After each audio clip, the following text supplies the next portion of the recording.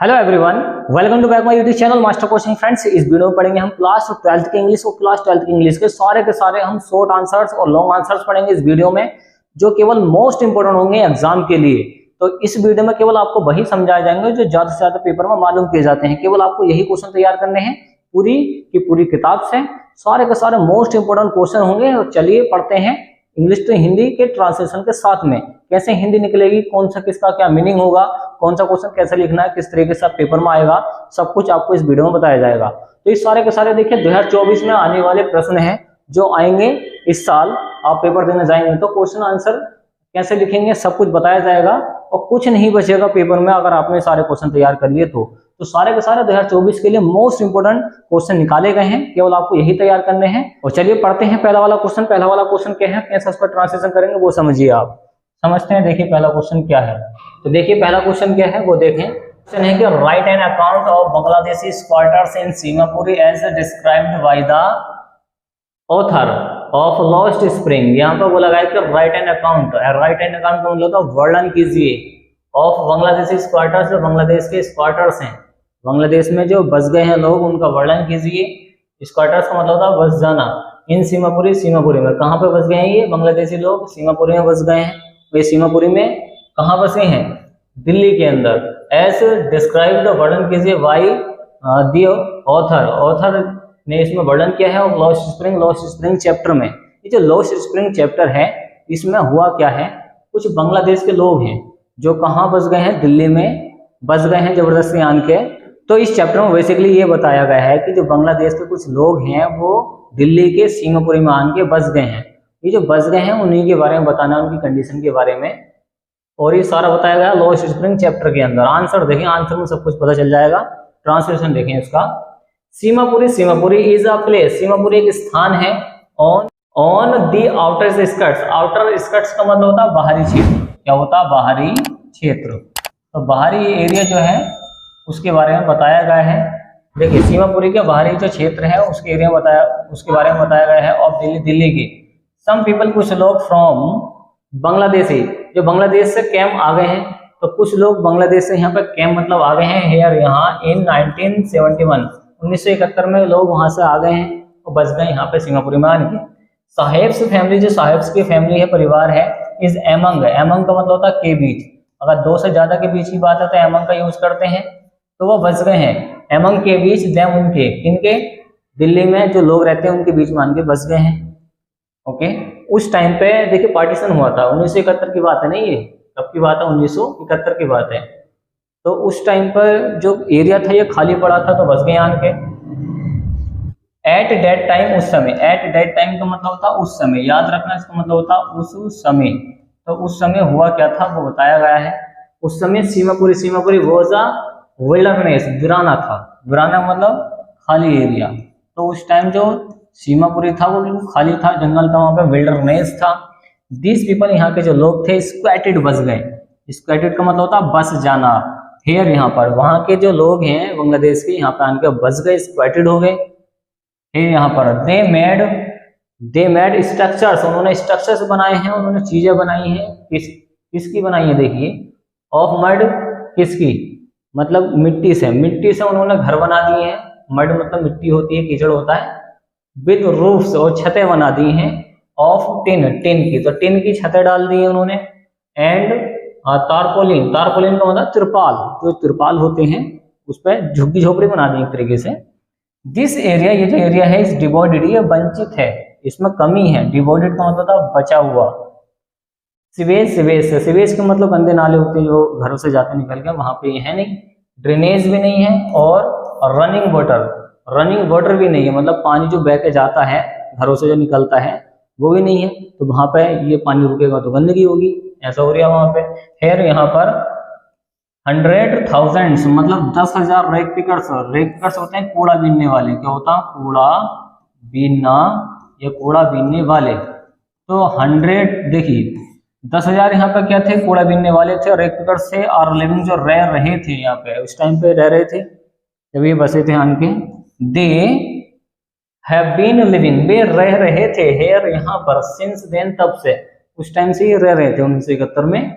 Without के, बिना, and identify. देखिए विदाउट के, बिना एन आइडेंटिटी, बिना पहचान के, बिना पहचान के लोग रह रहे थे। आइडेंटिटी होती है पहचान। विदाउट परमिट्स, और बिना आज्ञा के, परमिट्स होती है आज्ञा। ये लोग बिना आज्ञा के रह रहे थे, बट परंतु विद राशन कार्ड, इनका राशन कार्ड था। वहाँ के जो पॉलिटिशियंस थे उन्होंने राशन कार्ड बनवा दिया, वोटर लिस्ट का नाम लेने के लिए, वोट लेने के लिए। डेट गॉट देयर नेम्स, जिससे कि उनका नाम चढ़ गया उन वोटर लिस्ट पर। दे आर ऑथोराइज्ड, और उनको आज्ञा दे दी गई थी, उनको ऑथोराइज्ड कर दिया था।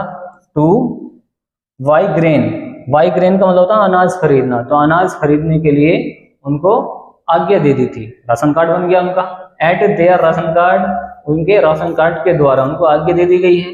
आगे है फूड इज मोर इम्पोर्टेंट, जो खाना है वो बहुत ज्यादा इम्पोर्टेंट है, महत्वपूर्ण है फॉर सर्वाइवल, जिंदा रहने के लिए। सर्वाइवल का होता है जिंदा रहना, तो होता है जिंदा रहना, सर्वाइवल होता है। देन की अपेक्षा एन आइडेंटिटी, तो पहचान की अपेक्षा खाना ज्यादा जरूरी है। पहचान हो ना हो, बट खाना उससे भी ज्यादा जरूरी है। तो इसमें ये सारी थ्योरी बताई गई है। आप ले सकते हैं इस क्वेश्चन का स्क्रीनशॉट फ्रेंड्स। चलिए नेक्स्ट वाला क्वेश्चन पढ़ते हैं इस चैप्टर का, वो देखिए नेक्स्ट वाला क्वेश्चन है दूसरा वाला ना, which two distinct words does the author, इसको दी ऑथर पढ़ेंगे, वो से वाला इसको दी पढ़ते हैं। नोटिस, उन्होंने नोटिस किया है इन द वेंगल मेकिंग इंडस्ट्री, जो वेंगल मेकिंग इंडस्ट्री है, देखिए इसमें हुआ क्या, व्हिच टू डिस्टिंक्ट वर्ड्स, कौन सी ऐसी दुनियाएं हैं, वर्ड्स होती है दुनिया, डज द ऑथर, जिसने लेखक ने नोटिस देखा है, इन द वेंगल मेकिंग इंडस्ट्री, जो चूड़ी या कांच का उद्योग है, उसमें कौन कौन से, उसने दो दुनियाएं देख ली हैं। क्या बताया है वेंगल मेकिंग इंडस्ट्री के बारे में, जो उद्योग है, जो चूड़ी उद्योग है, उसके बारे में क्या बताया है ऑथर ने। इन द वेंगल मेकिंग इंडस्ट्री, इसमें चूड़ी बनाने वाले उद्योग के अंदर द ऑथर, जो लेखक है, नोटिस वो देखता है। नोटिस का मतलब होता है देखना, तो वो देखता है, क्या देखता है अब आगे बताएंगे। द टू डिस्टिंक्ट, दो डिस्टिंक्ट वर्ल्ड्स, दुनियाएं देखता है, दो अलग अलग प्रकार की दुनियाएं देखते हैं, वर्ल्ड्स देखता है, दुनिया देखता है। आगे है सी सीज, वह देखता है या वह देखती है, यहाँ पर कोई लेडीज है, वह देखती है वन ऑफ द फैमिली, एक फैमिली को, परिवार को वो देखती है। द वर्कर्स, किसके, जो मजदूर लोग हैं, जो वर्कर्स है वहां पर जो काम कर रहे हैं, उन वर्कर्स को देखती है। कॉट, जो जकड़े हुए हैं, इन अ वेब, वेब का मतलब होता है जाल, क्या होता है वेब का मतलब जाल, तो वो एक जाल में जकड़े हुए हैं। और ग्रेट पॉवर्टी, पॉवर्टी होती है गरीबी, एक ग्रेट पॉवर्टी के जाल में वहां के जो वर्कर्स हैं, जो मजदूर लोग हैं, वो जकड़े हैं। दे आर अनेबल, वो अयोग्य हैं, to lead a normal life, वो अयोग्य हैं एक नॉर्मल जिंदगी जीने के लिए भी, मतलब उन पर इतना भी पैसा नहीं है कि वो नॉर्मल जिंदगी जी सकें। ऑफ एन एवरेज फैमिली, एक एवरेज फैमिली के लिए। On the other hand, on the other hand का मतलब होता है दूसरी तरफ, ऑन दी अदर हैंड का मतलब क्या होता है दूसरी तरफ। सी सीज, वह देखती है अ विशियस सर्कल, एक ऐसा सर्कल देखती है, एक ऐसा गुट देखती है, एक ऐसा झुंड देखती है। ऑफ द साहूकार, साहूकार्स का, मिडल मैन का, और किसका, पुलिसमैन का, इन सब लोगों का, और किसका, कीपर्स का, और जो कानून का ना पालन करते हैं उन लोगों का, उन सब लोगों का एक ऐसा गुट देखती है। क्या करते हैं लोग। और द ब्यूरोक्रेट्स, साहूकारों का, एंड द पॉलिटिशियन और पॉलिटिशियंस का, इन सब लोगों का अलग गुट होता है, मतलब ये अपनी मर्जी चलाते हैं, ये थोड़े ऊपर वाले एरिया में होते हैं। आगे है दे आर इंगेज्ड, वे जुड़े होते हैं, वे सारे के सारे आपस में जुड़े हैं, ये सारे के सारे पॉलिटिशियन, पुलिसमैन, साहूकार, जो बड़े बड़े लोग हैं वो आपस में जुड़े हुए हैं, जो गरीब लोग हैं वो आपस में हैं। तो ये इनकी अलग अलग दुनियाएं बताई हैं। इंगेज्ड, जुड़े हैं, इन देयर ऑन, उनके खुद के, मीन इंटरेस्ट, अपने मतलब से। ये सारे लोग क्या हैं, उन छोटे लोगों से इसलिए जुड़े हैं केवल अपने मतलब के लिए, क्योंकि उनको लूट सकें और अपना कारोबार या अपनी चीजें बढ़ा सकें, इंटरेस्ट के लिए। एंड फाइंड प्लीजर, और खुशी के लिए। तो छोटे लोगों को बड़े लोग परेशान करते हैं, उनसे उनको प्लीजर मिलती है, खुशी मिलती है। In keeping the other class, एक अन्य क्लास की अपेक्षा, क्लास यहाँ पे वर्ग आया है। इन पुअर कंडीशन, जो पुअर कंडीशन में लोग हैं उनकी अपेक्षा ये लोग ज्यादा मजे मारते हैं उनको परेशान करके। इन देयर ऑन इंटरेस्ट, इनके खुद के इंटरेस्ट के लिए, जो खुद का इंटरेस्ट होता है, खुद की रुचि होती है, अपने इंटरेस्ट के लिए इन सारे जो गरीब मजदूर लोग होते हैं उनको ये लोग परेशान करते हैं, अपना उल्लू सीधा करते हैं। जैसे पॉलिटिशियंस ने अपना इनका क्या राशन कार्ड बनवा दिया और वोट ले लिए और जीत गए, तो इस तरीके से इनको यूज किया जाता है। जो नीचा का ये वो क्या होता है ग्रुप होता है, जो गरीब लोग होते हैं बेसिकली उनको ही लूटते हैं जो अमीर लोग हैं, इसके बारे में बताया गया है। चलिए स्क्रीनशॉट लीजिए इसका और पढ़ते हैं नेक्स्ट वाला क्वेश्चन जो लास्ट इस चैप्टर का काफी इंपॉर्टेंट होगा। देखिए मेंशन का मतलब होता है वर्णन करना, मेंशन का मतलब क्या होता है वर्णन करना, क्या होता है वर्णन करना। द हैजार्ड्स खतरे का, तो खतरे का वर्णन कीजिए, खतरा होता है हैजार्ड्स। वर्किंग जो काम कर रहे हैं इन द ग्लास बेंगल्स, एक कांच के चूड़ी उद्योग में जो काम कर रहे हैं उनका वर्णन कीजिए, उनका वर्णन कीजिए इंडस्ट्री का। द वेंगल मेकर्स, जो वेंगल मेकर्स है जो कांच को चूड़ियां बनाते थे, आर द पुअर, वो गरीब लोग हैं, हु रिसाइड, जो रहते हैं इन स्लम्स, झोपड़पट्टी में। तो यहाँ पर बोला गया है द वेंगल मेकर्स, जो कांच के चूड़े का उद्योग है उसमें जो गरीब लोग काम करते हैं वो जो रिसाइड, रिसाइड का मतलब होता है रहना, निवास करना, रहना, जो निवास करते हैं इन स्लम्स, झोपड़पट्टी में। स्लम्स का मतलब ध्यान रखना झोपड़पट्टी होती है। दे हैव टू वॉक, वो जाते हैं, दे हैव टू वॉक, उनको जाना पड़ता है। हैव टू का केस, हैव टू का जो केस है इसका मतलब ये है जब कोई काम मजबूरन करना पड़ता है तब उसका यूज करते हैं। दे हैव टू वॉक, उन्हें जाना पड़ता है। और डाउन स्टिकिंग लेंसेज, तंग गलियों से होके, उनको तंग गलियों से होके जाना पड़ता है जो गरीब लोग हैं जो कांच के चौड़ी उद्योग में काम करते हैं। चौक्ड विद गार्बेज, और वहां पर गार्बेज से, कूड़े कचरे से बहुत ज्यादा गंदगी, मतलब क्या बदबू सी आती है। देयर हाउसेज, उनके जो घर हैं, आर हवल्स, उनके घरों से क्या है हवल्स, हवल्स का मतलब होता है दरवाजे, उनके घरों के जो दरवाजे हैं विद क्रम्बलिंग, क्रम्बलिंग का देखिए हवल्स का मतलब दरवाजा, हवल्स का मतलब याद रखना, इसका मतलब होता है दरवाजा, क्या होता है दरवाजा, ये दरवाजे, हवल्स आया है। विद क्रम्बलिंग, क्रम्बलिंग का मतलब होता है टूटे हुए या ढह जाना, ढह जाना या हिल जाना। उनके जो घरों के दरवाजे थे वो टूटे हुए थे। वॉल्स, उनकी जो दीवारें थी, वॉल्स मतलब दीवार, तो यहाँ पर दीवारें हो जाएंगी, ऐसा आया है। उनकी जो दीवारें थी wobbly doors and no windows, उनकी दीवारें टूटी हुई थी, दरवाजे और विंडो वहां पे नहीं थी, क्या नहीं थी, दरवाजे और विंडो नहीं थी, और जो थी वो टूटे हुए थे। दी स्लम्स, ये जो स्लम्स हैं, ये जो झोपड़पट्टी हैं, आर क्राउडेड विद फैमिलीज, इन झोपड़पट्टियों में जो फैमिलीज हैं वो भरी पड़ी हैं ऑफ ह्यूमन्स, मानव से, मतलब वहीं पर लोग रहते हैं ये लोग। एंड एनिमल्स, और उनके जानवर भी साथ में रहते हैं, ये खुद भी रहते हैं और जानवरों के साथ, ये जानवरों को भी उसमें रखते हैं। कोइस्टिंग, जो जुड़े पड़े हैं इन द सेम हाउसेस, उसी घर में, तो उसी घर में एक साथ मिलकर रहते हैं। कोइस्टिंग का मतलब होता है मिलकर रहना, जानवर के साथ रहते हैं जो इन पालते होंगे, जैसे गाय भैंसे जो भी होती हैं। पेरेंट्स, माता पिता, एंड देयर चिल्ड्रन, माता पिता और उनके बच्चे, वर्क वहां पे काम करते हैं इन द ग्लास फर्नेसेस, कहाँ पे काम करते हैं, एक गिलास के फर्नेसिस में, एक कांच की भट्टी के अंदर। फर्नेसिस का मतलब होता है भट्टियां। विद हाई टेम्परेचर, ऊंचे ताप पर, ऊंचा ताप होता है, टेम्परेचर होता है, वो ऊंचे ताप पर काम करते हैं, कहाँ पे, भट्टियों में। इन डिंजी सेल्स, उनकी जो सेल्स होती है, उनकी जो मांसपेशियां वो बेकार हो जाती हैं। विदाउट एयर, वहां पे हवा भी नहीं होती है, एंड लाइट, और प्रकाश भी नहीं होता है। ऐसी जगह काम करते हैं जहाँ पे कोई हवा नहीं आती, प्रकाश नहीं आता सूरज का। आगे है इन द डार्क बैरेक्स, वहां पर बिल्कुल काली अंधेरी बैरेक्स है। बैरेक्स मतलब जहाँ पे काम करते हैं उसको बता रहे हैं। Next two lines of flames, और वहां पे कोई आग भी फ्लकरिंग होती है, मतलब जो वहां पर रोशनी होती है वो भी फ्लकरिंग होती है, मतलब जलती है, बुझती है। ऑयल लैम्प, जो वहां पर ऑयल लैम्प जलते हैं, ऑयल लैम्प्स का मतलब ये होता है जो लालटेन होती है, जो ऑयल से चीजें जलती हैं अंधेरों को भगाने के लिए वो जलते हैं, वो भी फ्लकरिंग होकर बुझ बुझ के। सिट बॉयज, वहां पे जो लड़के हैं वो बैठते हैं एक साथ, एंड गर्ल्स, और गर्ल्स बैठती हैं विद देयर फादर्स, अपने माता पिता के साथ। तो लड़के और लड़के अपने माता पिता के साथ वो एक साथ बैठती हैं, काम करती हैं। एंड मदर्स, उनकी माँ भी उनके साथ बैठती है।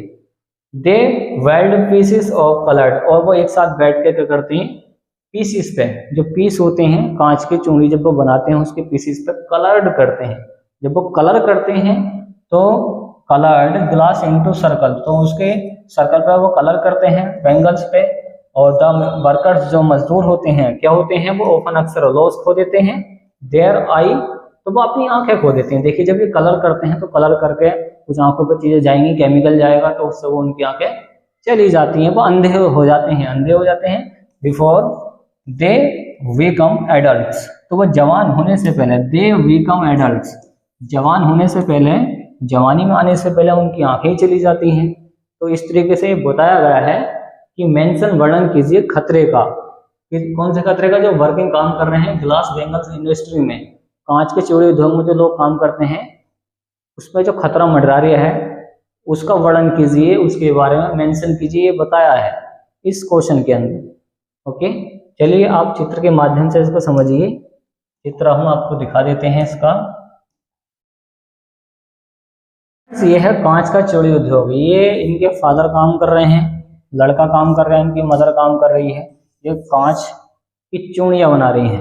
तो कांच की जब चूड़ियों पे ये कलर करते हैं, ये कलर दिखाई दे रहा होगा इनके हाथों पे, इससे जब ये आंखों में जाता है कलर तो इससे अंधे हो जाते हैं लोग, क्या हो जाते हैं, अंधे हो जाते हैं। तो इस तरीके से आप इसको समझ सकते हैं। ओके, तो ले सकते हैं फ्रेंड्स आप इसका स्क्रीनशॉट। ट्रांसलेशन कैसे करेंगे इंग्लिश टू हिंदी में वो देखिए। पहला क्वेश्चन है, क्या है, when did Douglas decide to learn swimming. When का मतलब होता है जब या कब, जब या कब, डगलस ने कब डिसाइड निर्णय लिया या तय किया, टू लर्न सीखने का, लर्न का मतलब होता है सीखना, तो डगलस ने कब सीखना चाहा किसको, स्विमिंग, स्विमिंग को, तो स्विमिंग होता है तैरना, तो डगलस ने कब निर्णय लिया स्विमिंग को सीखने का, तो डगलस ने तैराकी सीखने का निश्चय कब किया था, इसको निश्चय भी कहते हैं, डिसाइड को। आंसर देखें, डगलस वॉज 10 और 11 ईयर ओल्ड, डगलस वॉज था, डगलस था 10 या 11 साल का, जब वो 10 और 11 साल का था। यहाँ पे देखिए ओल्ड का मतलब उम्र को दिखा रहे हैं, यहाँ पर 10 या 11 साल की इनकी उम्र है, किसकी, डगलस की। आगे है, एट डेट स्टेज, उस अवस्था में, इसका मतलब निकलता उस स्थिति में या उस अवस्था में, उस अवस्था में, उस अवस्था में, ही डिसाइडेड, उसने निर्णय लिया। यहाँ पे देखिए सब्जेक्ट है, ये क्या है, सब्जेक्ट है, और ये है तुम्हारे पास वर्ब की सेकंड फॉर्म, पास्ट का इंडेफिनिट सेंटेंस बन गया ये। ही डिसाइडेड, उसने निर्णय लिया, उसने तय किया, टू लर्न, सीखने का, स्विमिंग, स्विमिंग को। तो उस अवस्था में, कौन सी अवस्था में, जब ये 10 या 11 साल के थे तो उन्होंने उस कंडीशन में ये निर्णय लिया था, ये तय किया था, टू लर्न, सीखने का, स्विमिंग, स्विमिंग को। आगे है, ही न्यू, वह जान गए। देखियो यहाँ पर जो नो की सेकंड फॉर्म होती है न्यू, इसका मतलब होता है जान गए, जान गए, मतलब पेसिव वॉइस बनेगा या फिर बना सकते हैं पास्ट का इंडेफिनिट। तो ये सेंटेंस है पास्ट का इंडेफिनिट, ही न्यू, वह जान गए, डेट की there was a good swimming pool, वहां पर एक अच्छा स्विमिंग पूल है, वो यहाँ से जान गए हैं, उनको पता चल गया है। एट YMCA कैंपस, एक YMCA कैंपस है, वहां पे एक अच्छा खासा पूल है, उनको ये पता चल चुका है। कहाँ, in the city of Yakima, तो याकिमा एक सिटी है, वहां पर एक कैंपस, YMCA कैंपस नाम का एक पूल है, तो उनको पता चल गया है कि एक अच्छा सा पूल है, वहां पर ये तैरेंगे, तो उन्होंने निर्णय ले लिया है तैरने का। दिस स्विमिंग पूल, यह जो स्विमिंग पूल था, वो इसका मतलब था परफेक्ट, यह जो पूल था ये परफेक्ट था, अच्छा था। इन ऑल सर्कमटेंसेस, सभी परिस्थितियों में, इसका मतलब निकलेगा परिस्थिति। सर्कमटेंसेस का मतलब होता है परिस्थितियां, परिस्थितियां, इसका मतलब होता है परिस्थितियां मतलब कंडीशन। तो यहाँ पर ये बोला गया है कि परफेक्ट इन ऑल सर्कमटेंसेस, ये सभी परिस्थितियों में अच्छा था पूल जो था। सो इसलिए डगलस ने गॉट एन अपॉर्चुनिटी, अपॉर्चुनिटी का मतलब होता है मौका या अवसर, तो इसलिए डगलस को एक अवसर मिल गया है, एक मौका मिल गया है, टू फुलफिल, फुलफिल का मतलब होता है पूरा करने के लिए, हिज डिजायर, अपनी इच्छा को, डिजायर होती है इच्छा, तो अपनी इच्छा को पूरा करने के लिए उनको मौका मिल गया है, अपॉर्चुनिटी मिल गई है उनको। आगे है, हर मदर, उनकी जो माँ है, हैड वार्न्ड, उन्होंने उनको चेतावनी दी थी। यह है सेंटेंस पास्ट का परफेक्ट, यह है सब्जेक्ट, ये आगे हैड मतलब पास्ट का परफेक्ट बन गया है।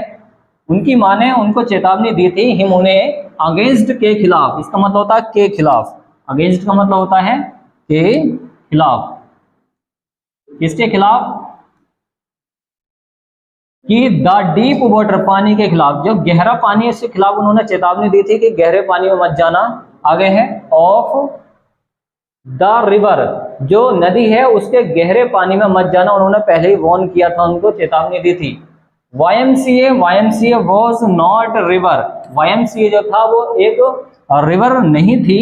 एंड सो इसलिए द यंग डगलस, जो यंग डगलस था उसने डिसाइडेड, उसने निर्णय लिया टू ज्वाइन, शामिल होने का द YMCA स्विमिंग पूल को। तो उसने निर्णय लिया है कि वो YMCA पूल को क्या करेगा, ज्वाइन करेगा और उसमें तैरना सीखेगा।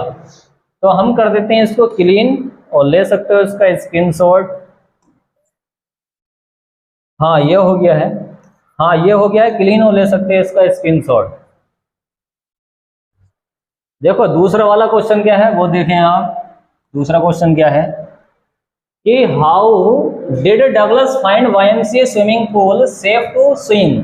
हाउ, कैसे, डिड डगलस, डगलस ने कैसे फाइंड पाया YMCA जो पूल था वो था कैसा पूल था, स्विमिंग पूल सेफ, वो सुरक्षित था। उसने कैसा पाया कि जो पूल, सेफ का मतलब होता है सुरक्षित, क्या होता है, सुरक्षित। तो डगलस ने कैसा पाया कि जो पूल था YMCA वो सुरक्षित एक पूल था टू स्विमिंग, तैरने के लिए। तो डगलस को YMCA का तरण ताल मतलब पूल, तालाब, तैरने के लिए कैसे सुरक्षित लगा उसको, कैसा उसको लगा। आंसर देखें, डगलस वॉज इंटरेस्टेड, डगलस को इंटरेस्टेड मतलब उसको रुचि थी, डगलस को रुचि थी इन लर्निंग, सीखने में, इन लर्निंग सीखने में, स्विमिंग को। बट परंतु हिज मदर, उनकी जो माँ थी, टोल्ड, उन्होंने कहा हिम उनसे, डेट याकिमा रिवर, जो याकिमा रिवर है वॉज ट्रीचेरियस, वो क्या है, खतरनाक है, खतरनाक। तो उनकी माँ ने बोला, क्या बोला उनसे कि डेट याकिमा रिवर, जो याकिमा रिवर है वो क्या है, खतरनाक है, मतलब उसमें डूब जाते हैं लोग। एंड और सी कंटिन्यूअली, उसने लगातार वार्नड, उसको चेतावनी दी, उसको बताया कि इसमें डूब जाओगे। हिम अगेंस्ट रिवर, मतलब उस नदी के खिलाफ उन्होंने चेतावनी दी है, उसके फ्लो के खिलाफ। मतलब क्या है, फ्लो का मतलब होता है प्रवाह, कि नदी का जो प्रवाह है वो ज्यादा तेज है। आगे है मैनी अ टाइम, बहुत बार, पीपल, वहां के जो लोग हैं, हैड ड्राउंड, ड्राउंड का मतलब होता है डूब जाना। जब कोई जिंदा चीज डूबती है तो ड्राउंड आता है, और जो निर्जीव चीज डूबती है तो उसके लिए आता है सिंक। ये ध्यान पर रखना, निर्जीव के लिए सिंक का यूज करते हैं और जो जिंदा चीज डूबती है उसको ड्राउंड कहते हैं। तो ये होता है डूब जाना या डूब गया। तो यहाँ पे बहुत सारे जो लोग हैं वो डूब गए थे इन डेट रिवर, उस नदी के अंदर। कौन सी है, याकिमा नदी जो है। बट डगलस, परंतु डगलस वॉज टोल्ड, डगलस ने कहा डेट टू लर्न, कि वो सीखेगा स्विमिंग को। द YMCA पूल के अंदर वॉज परफेक्टली, अच्छी तरीके से वो सीखेगा, सेफ, वो भी सुरक्षित तरीके से। द वाटर, जो पानी था, ऑफ द पूल का, वो सेफ, वो क्या था, सेफ था, सुरक्षित था। As it was not running, क्योंकि वो दौड़ नहीं रहा था, जो पानी था वो चल नहीं रहा था, इस वजह से वो सेफ था, पानी चल नहीं रहा था। As that of the river, उस नदी का, द पूल्स वाटर, पूल्स का जो वाटर था, जो पानी था पूल्स का, तालाब का, वॉज ओनली 2 और 3 फीट डीप, केवल कितना, 2 से 3 फीट गहरा था, 2 से 3 फीट गहरा था। आप चित्र में देख सकते हैं। देखिए ये पूल है, इसमें जो डगलस है यहाँ पे क्या कर रहे हैं, स्विमिंग सीख रहे हैं। ये जो पूल है 2 से 3 फीट ही गहरा है, ज्यादा गहरा नहीं है, यहाँ पे प्रैक्टिस कर रहे हैं। आगे है, हाँ यहाँ पे ये बताया गया है कि the pools water was only 2 और 3 फीट डीप, मतलब 2 या 3 फीट ही गहरा है। एट द शैलो, शैलो मतलब वो उतला पुतला भी नहीं है, एंड मतलब नहीं है। आगे है दिस वे, इस तरीके से डगलस ने फाउंड पाया दिस स्विमिंग पूल, यह जो स्विमिंग पूल था कैसा था, पूल सेफ था, सुरक्षित था। ही गॉट अ पेयर, उसने एक जोड़ी आप क्या लिए, वाटर विंग्स लिए, मतलब जलीय पंख लिए। And went to the pool, और पूल में चला गया टू स्टार्ट हिज स्विमिंग, अपनी स्विमिंग को उसने क्या कर दिया, स्टार्ट कर दिया, उसकी प्रैक्टिस स्टार्ट कर दी। यहाँ पर बोला गया कि वाटर विंग्स, देखिए वाटर विंग्स कैसे होते हैं, वाटर विंग्स इसमें दिखाए गए हैं। ये है वाटर विंग्स, ये इसके हाथ में जो है ये वाटर विंग्स हैं, देख पा रहे होगे। आगे क्या बताया है, आगे ये बताया है, हाँ ये था कि उसके पास एक जोड़ी वाटर विंग्स थे एंड और वो चला गया था पूल के अंदर और उसने स्विमिंग सीखना स्टार्ट कर दिया था। तो इस तरीके से इसका भी ट्रांसलेशन कर सकते हो, ले सकते हो इसका भी स्क्रीनशॉट। देखो तीसरा क्वेश्चन क्या है वो देखें आप। तीसरा क्वेश्चन ये है जो लास्ट है इस चैप्टर का, डिस्कस। डिस्कस का मतलब होता है बातचीत करना या बहस करना या वर्णन करना। डिस्कस कीजिए द इंसिडेंट, घटना पर, उस घटना पर वर्णन कीजिए वह जब the stark terror. Stark terror का मतलब होता है बहुत बड़ा खतरा होना, बहुत ज्यादा डर हो जाना। टूक एन इवन डीपर, जो डीपर है, डीपर मतलब गहराई में जाने वाले के लिए खतरा होता है। हॉल्ड ऑन द नरेटर, जिसमें नरेटर ने वर्णन किया है कहानीकार ने, लाइक जैसे अ ग्रेट चार्ज, जैसे कि एक बड़ा चार्ज या फिर बहुत बड़ा क्या लग जाता है, करंट लग जाता है ऑफ इलेक्ट्रिसिटी, विद्युत धारा का। तो अगर कोई डूबता है तो डूबने वाले को ऐसा लगता है कि बहुत ज्यादा उसको करंट लग गया है, उसके बारे में डिस्कस कीजिए कि मान लो कोई डूब गया उसके अंदर, तो डूबने के बाद में उसको जो इलेक्ट्रिसिटी का झटका सा लगता है, ऐसा महसूस होता है कि वो मरने वाला, उसके बारे में वर्णन कीजिए। आंसर देखिए इसका, अब वो एक लड़के ने ऑफ 18 ईयर, जो एक 18 ईयर पिक्ड अप, मतलब 18 साल में पहुंच चुका था। पिक्ड अप का मतलब होता है पहुंच जाना। एक लड़का जो 18 साल में पहुंच चुका था या 18 साल का था, पिक्ड उसने उठा लिया, किसको, डगलस को। तो यहाँ पर पिक्ड अप का मतलब उठाने के लिए आया, तो डगलस को उसने उठाया एंड थ्रू, और फेंक दिया। थ्रू का मतलब होता है फेंक देना, फेंक दिया। एक 18 साल का लड़का आया और उसने पिक्ड अप किया किसको, डगलस को, उसने थ्रू मतलब फेंक दिया है, हिम उसे, into the deep water, deep मतलब गहराई में फेंक दिया है, एंड मतलब पानी की गहराई में उसको फेंक दिया है डगलस ने। एट वंस वेंट, और डगलस वहां पे क्या हुआ, वेंट चला गया है, टू द बॉटम, तली में। बॉटम का मतलब होता है तली या तल। तो जैसे उसको पूल में फेंका तो वो तली में चला गया है, नीचे। आगे है ऑफ द वाटर, पानी के आगे है, एंड देन, और तब वो स्प्रैंग अपवर्ड्स, अब वो जैसे पानी में डूबा तो वो स्प्रैंग हुआ है, उसने हाथ पैर मारे हैं ऊपर को, अपवर्ड्स ऊपर को आने के लिए, ऊपर को अपवर्ड्स करने के लिए। देयर, वहां पर, वॉज वाटर, पानी था, एवरीवेयर, हर जगह। तो वहां पर हर जगह पानी था, जहां पे वो डूबा है तो वहां पे हर जगह क्या था, पानी था। आगे है ही वॉज सफोकेटिंग। सफोकेटिंग का मतलब होता है गला घोटना, गला घोटना। तो उसको ऐसा लगा कि उसका गला घोट रहा है कोई वहां पे पानी में, वो जो डूब रहा था। तो ऐसी कंडीशन में उसको ऐसा लग रहा है कि जैसे उसको बिजली का तार लग गया, इलेक्ट्रिसिटी लग गई है। आगे है ही वॉज सफोकेटिंग, उसको ऐसा महसूस हुआ कि उसका कोई गला घोट रहा था पानी में। आगे है ही हैड लॉस्ट, उसने खो दिया था ऑल हिज ब्रीथ, उसने अपनी सांसें ही खो दी थी, मतलब वो मरने ही वाला था। He had lost all his breath, breath होती है सांस, तो उसने अपनी सांसें ही तोड़ दी थी। देन तब स्टार्क टेरर, वहां पर बहुत बड़ा उसको डर लगा। स्टार्क टेरर का मतलब होता है बहुत ज्यादा डर लग जाना।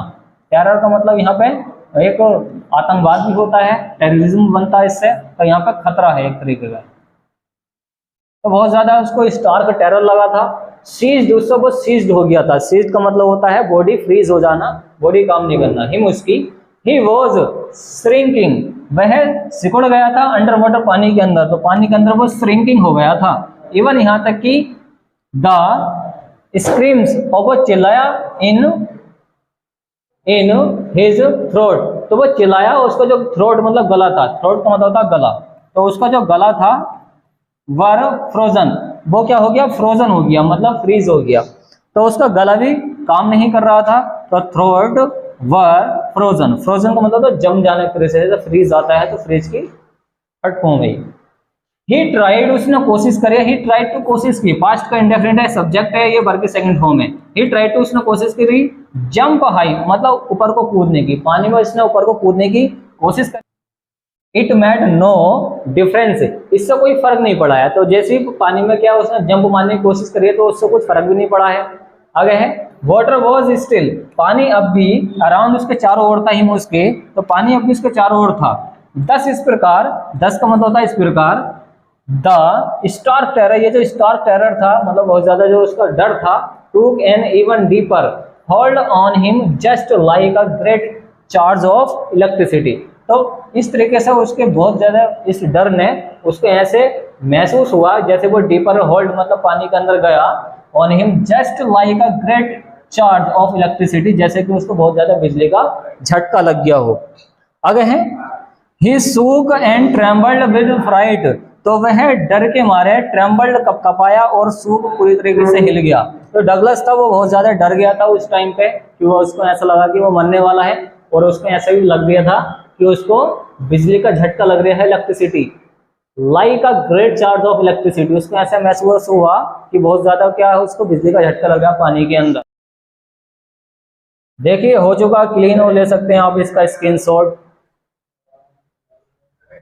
देखिए पहला क्वेश्चन क्या उसको समझें।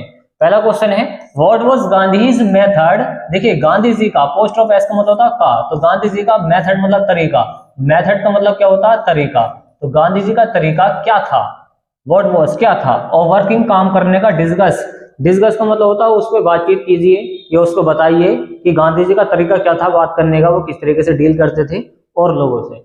आंसर क्या, आंसर देखें Gandhi would begin by trying to get the facts of the related incidents. Gandhi ji कोशिश करते हैं फैक्ट्स तथ्यों के आधार पर, तो गांधी जी जो कोशिश करते हैं, ट्राइंग टू कोशिश करना होता है, गेट वो तथ्यों के आधार पर किसी भी प्रॉब्लम को सुलझाने की कोशिश करते हैं।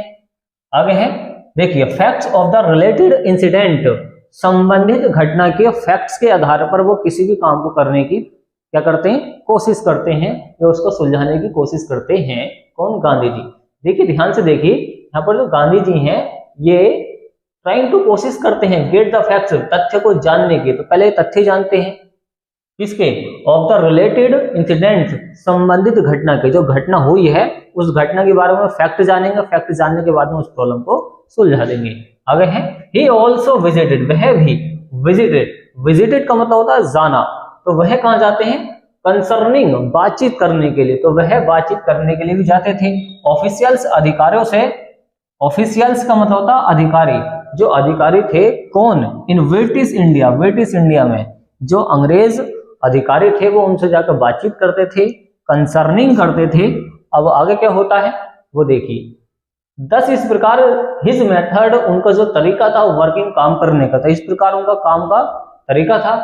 ओके, वॉज टू फाइंड, वो फाइंड कर लेते थे, find out the real facts, वो असली फैक्ट्स को जानने की कोशिश करते थे, मतलब रियल फैक्ट्स, असली फैक्ट को वो जानते थे और उस प्रॉब्लम को सुलझा देते थे। ऑफ द केस, उस केस को, तो जो केस होता था उस केस के पहले रिलेटेड ये फैक्ट जानते थे, फिर बाद में उसको सोल्व कर देते थे।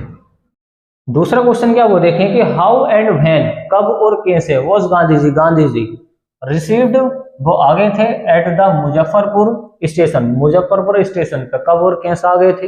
आंसर देखें गांधी अराइव्ड, जब गांधी जी अराइव्ड मतलब पहुंच गए, एट मिडनाइट आधी रात में, इसका मतलब होता आधी रात, क्या होता आधी रात, तो गांधी जी जो आधी रात में पहुंच गए थे 15 अप्रैल 1917 को पहुंच गए थे एट मुजफ्फरपुर रेलवे स्टेशन, तो रेलवे स्टेशन से पहले एट का यूज करते हैं। ओके, तो मुजफ्फरपुर रेलवे स्टेशन पे जो ये पहुंच गए थे कब, 15 अप्रैल 1917 में, तो तब क्या हुआ था कि प्रोफेसर जेबी कृपलानी, तो वहां पर कौन आए थे इनको रिसीव करने के लिए, प्रोफेसर जेबी कृपलानी आए थे, रिसीव्ड, उन्होंने उनको रिसीव्ड किया, किसको, गांधी जी को, with a large body of students, उनके साथ में विद अ लार्ज, लार्ज का मतलब होता है बहुत बड़ा समूह था, इसका स्टूडेंट्स छात्रों का, एट द स्टेशन, स्टेशन पर, तो स्टेशन पे एक तो वो आए थे जेबी कृपलानी और उनके साथ में कौन आ गए थे, स्टूडेंट आ गए थे, तो ये सारे के सारे लोगों ने इनको गांधी जी को रिसीव किया था। ओके, आप ले सकते हैं इसका स्क्रीनशॉट। चलिए नेक्स्ट वाला क्वेश्चन क्या उसको देखें आप। नेक्स्ट वाला क्वेश्चन नंबर 3 है why did Gandhi child, child का मतलब होता है डांटना, क्या होता है डांटना, तो गांधी जी ने क्यों डांटा, डांटना होता है तो गांधी जी ने क्यों डांटा, द लॉयर्स, वकीलों को, who called on him to brief him, यहाँ पर बोला गया है कि गांधी जी ने उन वकीलों को क्यों डांटा था, वो भी संक्षेप में, ब्रीफ का मतलब होता है संक्षेप। आंसर क्या है कि दोज लॉयर्स, वो जो वकील थे, फ्रिक्वेंटली अक्सर, रिप्रेजेंटेड पीजेंट्स, वो अक्सर किसको, किसानों का प्रतिनिधित्व करते थे, तो मतलब होता है प्रतिनिधित्व, प्रतिनिधित्व। तो किसानों का क्या करते थे, वो प्रेजेंट्स होते हैं किसान, क्या होते हैं किसान, तो वो किसानों का क्या करते थे, प्रतिनिधित्व करते थे अक्सर ग्रुप्स के अंदर, समूह के अंदर, इन कोर्ट में। तो कोर्ट में जो केस लड़ते थे वो वकील लड़ते थे, किसका, जो किसान थे, जो किसान थे उनका क्या केस लड़ते थे। आगे है दे टोल्ड गांधी, उन्होंने गांधी से कहा अबाउट देयर केसेस, उनके केसेस के बारे में। तो उन्होंने गांधी जी से कह दिया उनके केसेस के बारे में, केस चल रहे हैं। एंड रिपोर्टेड, और रिपोर्टेड मतलब वर्णन किया, रिपोर्ट दी। The size of their fee, उन्होंने बताया कि इनकी जो फीस है बहुत ज्यादा है किसानों से जो ले रहे हैं, तो इस वजह से गांधी जी डांटेंगे इनको। गांधी चाइल्ड, गांधी जी ने डांटा देम उनको फॉर कलेक्टिंग, इकट्ठा करने के लिए बिग फी, ज्यादा फीस को। तो इस वजह से गांधी जी उनको डांट रहे हैं ज्यादा फीस लेने की वजह से। आगे है द पुअर शेयर क्रॉपर्स, जो गरीब बटाईदार थे उनसे क्या ले रहे थे, ज्यादा फीस ले रहे थे। चौथा क्वेश्चन क्या है कि how was the Champaran episode, how was the Champaran episode, Champaran अभियान में। तो चंपारण अभियान है, चंपारण अभियान कैसे अ टर्निंग पॉइंट, एक बदलाव का पॉइंट साबित हुआ गांधीज लाइफ, गांधी जी की जिंदगी का। तो गांधी जी का एक ऐसा मोड़ आया था जिससे उसकी जिंदगी चेंज हो गई थी। तो चंपारण एपिसोड मतलब चंपारण जो अभियान हुआ था, इससे गांधी जी की जिंदगी ही चेंज हो गई, टर्निंग पॉइंट साबित हुआ। आंसर क्या है, द चंपारण एपिसोड, जो चंपारण का एपिसोड था, अभियान था, वो था टर्निंग पॉइंट, वो एक टर्निंग पॉइंट साबित हुआ, मतलब उसने बदल के रख दिया गांधी जी की जिंदगी को। गांधीज लाइफ, गांधी जी की जिंदगी को, बिकॉज, क्योंकि गांधी जी की जिंदगी को उन्होंने बदल कर रख दिया, बिकॉज क्योंकि ही वॉज सक्सेसफुल, वह सफल हो गए थे इन हिज मेथड, अपने तरीकों में, ऑफ सिविल डिसओबीडेंस, जो सिविल का डिसओबीडेंस उल्लंघन कर रहे थे उसमें वो सफल हो गए थे। इन इंडिया, इंडिया के अंदर फर्स्ट टाइम, पहली बार, तो पहली बार जो ये सक्सेसफुल हुए थे वो चंपारण अभियान में शामिल हुए थे। चंपारण अभियान जो हुआ था उसमें ये सक्सेसफुल हो गए थे सबसे पहले। आगे है ही डिक्लेयर्ड, उन्होंने घोषणा कर दी। डिक्लेयर्ड का मतलब था घोषणा करना। That the British could not order, कि अब जो ब्रिटिश लोग हैं, जो अंग्रेज लोग हैं, वो कुड नॉट ऑर्डर, वो ऑर्डर नहीं दे सकते हिम उन्हें about in his own country, उनका खुद के देश में। अब ये कह रहे हैं जो अंग्रेज लोग हैं अब ये हमें ऑर्डर नहीं दे सकते हैं क्योंकि इन्होंने चंपारण जो अभियान था वो जीत लिया है, सफल हो गए हैं। ओके, चलिए इसका स्क्रीनशॉट लीजिए। चलिए नेक्स्ट वाला क्वेश्चन क्या है उसको देखें आप। देखिए नेक्स्ट वाला क्वेश्चन क्या है कि why did Gandhi exclaimed, Gandhi ji ने क्यों, एक्सक्लेम्ड का मतलब होता है व्याख्या की, the battle of Champaran is won, कि उन्होंने कैसे व्याख्या करी है कि जो चंपारण का जो अभियान है या फिर युद्ध है वो जीत लिया है। बैटल का मतलब होता है युद्ध, चंपारण का जो बैटल है उन्होंने वॉन मतलब जीत लिया है, तो उन्होंने कैसे एक्सक्लेम्ड किया है। आंसर देखें, व्हेन जब द लॉयर्स, जो वकील थे, टोल्ड गांधी, गांधी से कहा उन्होंने कि दे वर रेडी, वो तैयार हैं टू फॉलो, उनके साथ जाने के लिए, हिम इनटू जेल, जेल के अंदर। तो जैसे ही वकीलों ने कहा गांधी जी से कि हम तुम्हारे साथ जेल जाने के लिए तैयार हैं, तो फिर गांधी जी क्या कहते हैं, गांधी एक्सप्लेन्ड, गांधी जी व्याख्या कर देते हैं, बता देते हैं सबको कि the battle of the Champaran, Champaran का जो बैटल है, युद्ध है, इज वॉन, वो हमने जीत लिया है। तो इसी आधार पर कह देते हैं कि हमने ये युद्ध जीत लिया है अभी से। नेक्स्ट वाला है why is Rajkumar Shukla described, Rajkumar Shukla क्यों और डिस्क्राइब करते हैं, वर्णन करते हैं एज बीइंग रिसोल्यूट, एक रिसोल्यूट होने का, एक दृढ़ प्रतिज्ञी होने का, उन्होंने पक्का क्या करा था, इरादा करा था इन्होंने, राजकुमार शुक्ला ने। राजकुमार शुक्ला इज डिस्क्राइब्ड, वो वर्णन करते हैं एज बीइंग रिसोल्यूट, रिसोल्यूट होने का। ही केम, वह आ गए टू लखनऊ, लखनऊ को, तो वह लखनऊ को आ गए थे। कहां पर, कांग्रेस सेशन, एक कांग्रेस के किसमें सेशन में, एक कांग्रेस का सेशन हो रहा था वहां पे, तो कंप्लेन शिकायत करने के लिए गांधी जी से कौन आए थे, Rajkumar Shukla, about the injustice, अन्याय के बारे में। इनजस्टिस का मतलब होता है अन्याय, तो अन्याय हो रहा था ऑफ लैंडलॉर्ड, कौन कर रहे थे, जो जमींदार थे वो अन्याय कर रहे थे। ओके, लैंडलॉर्ड सिस्टम उनका पूरा क्या अन्याय कर रहा था इन बिहार, बिहार के अंदर, तो बिहार के अंदर वो जब अन्याय कर रहे थे तो उसकी कंप्लेन करने के लिए आए थे। ही remained with Gandhi for weeks, देखिए ही रिमेन्ड, वह ठहरे, ये रुके, किसके साथ, विद गांधी जी, गांधी जी के साथ, फॉर वीक्स, कुछ हफ्तों के लिए, अंटिल, जब तक, ही ऑब्टेन फिक्स डेट, जब तक उन्होंने एक फिक्स डेट वहां पर पक्की नहीं कर ली तब तक वो वहां पर गांधी जी के साथ ही रहे थे। कौन? राजकुमार शुक्ला। तो सारे के सारे इंपॉर्टेंट शॉर्ट आंसर थे इस चैप्टर के, आपको जरूर तैयार करने चाहिए और इसका भी ले सकते हैं स्क्रीनशॉट। इंडिगो का मतलब होता है नील की खेती, तो इसमें इस चैप्टर में नील की खेती के ऊपर फोकस किया गया है, जिसका मेन कैरेक्टर कौन है? गांधी जी हैं। तो देखिए इस वीडियो में पढ़ेंगे इस चैप्टर के सारे मोस्ट इंपोर्टेंट लॉन्ग आंसर्स।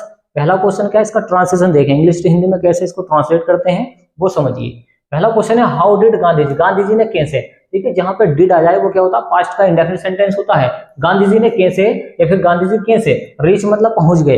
देखिए पास्ट के इंडेफिनिट में डिड के साथ वर्ब की फर्स्ट फॉर्म आती है, ये ध्यान पर रखना। तो गांधी जी कब या कैसे पहुंच गए चंपारण को। तो चंपारण क्या है? एक एरिया है, एक जगह है जहां पे ये गांधी जी पहुंच गए हैं। ये पड़ता कहां पे? बिहार में। तो गांधी जी कैसे चंपारण पहुंच गए थे, आगे समझे।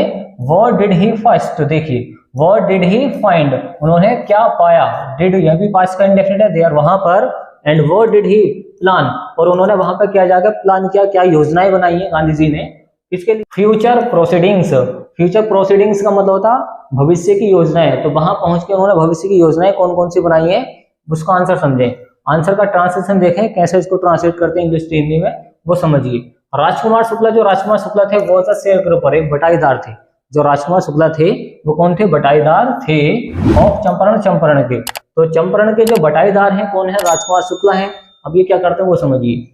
He was a poor farmer, वह एक गरीब किसान थे। तो ये कौन थे? गरीब किसान भी थे, बटाईदार तो थे ही, वे गरीब किसान भी थे। He was a poor farmer, वह एक गरीब किसान थे। एंड इलिटरेट, इलिटरेट का मतलब होता है अनपढ़। जो ये राजकुमार शुक्ला है ये अनपढ़ भी है। इलिटरेट अच्छा वर्ड है, इसका मतलब क्या होता है? अनपढ़ होना। तो अनपढ़ होता है जो पढ़ा लिखा ना होता है। तो वो गरीब किसान थे और अनपढ़ थे। ही कैम, वह आ गए। देखिए कम की सेकंड फॉर्म कैम होता है, तो इसका मतलब आ गए, पास्ट का इंडेफिनिट है। ये सब्जेक्ट थे, वर्ब की सेकंड फॉर्म है। वह आ गए टू द लखनऊ, लखनऊ को। तो वो जो है लखनऊ को आ गए हैं। कौन? राजकुमार शुक्ला। आगे समझे। कांग्रेस सेशन, वहां पर कांग्रेस का एक सेशन हो रहा है, वहां पर पहुंच गए हैं टू कंप्लेन, शिकायत करने के लिए गांधी से। आप देखिए गांधी जी जो है ये चंपारण में है, ये वहां पर जाके अपना अभियान चला रहे हैं। तो यहाँ पे कांग्रेस सेशन में जो गांधी जी यहाँ पे थे वहां पे इन्होंने जाके शिकायत करी है, कंप्लेन की है। किससे? गांधी जी से। अबाउट के बारे में, देखिए इसको दी बोलेंगे, दी इनजस्टिस। इनजस्टिस का मतलब होता है अन्याय। तो अन्याय के बारे में इन्होंने क्या किया है?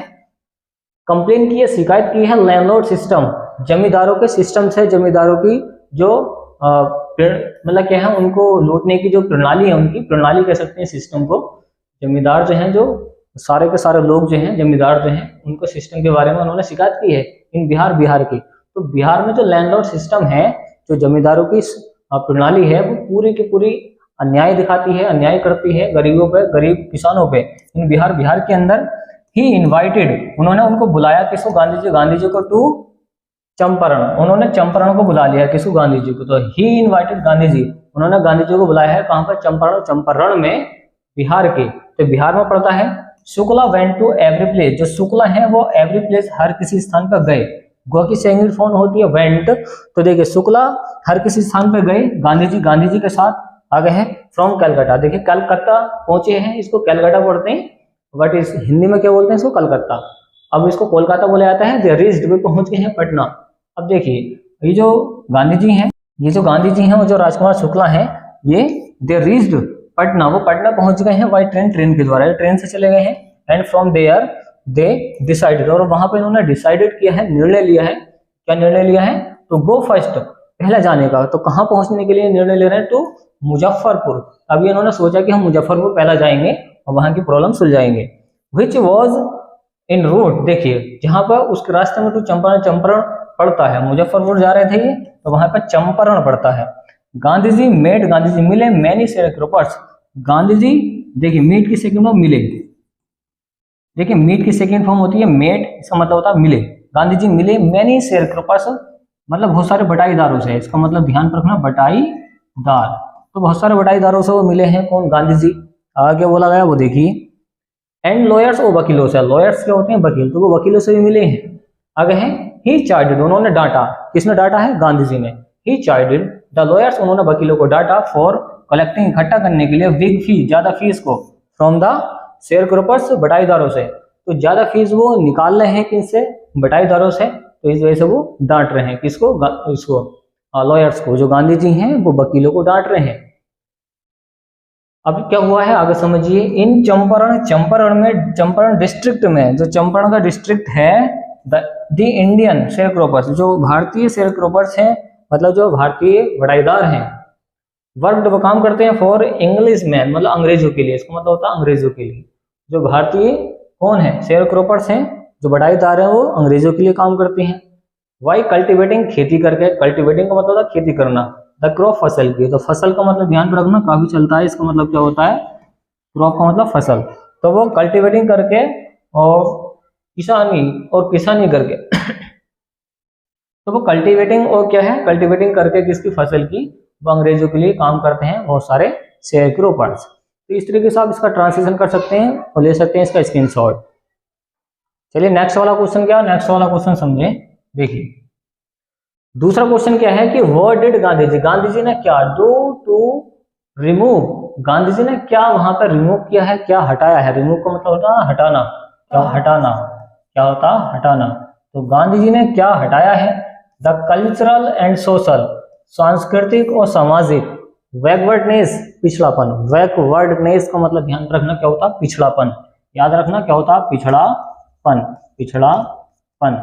तो यहाँ पर क्या है बेसिकली कि सांस्कृतिक और सामाजिक जो पिछड़ापन था, उन्होंने गांधी जी ने वहां पर कैसे रिमूव किया है, कैसे हटाया है, इन द चंपारण के विलेजेस, गांव के अंदर।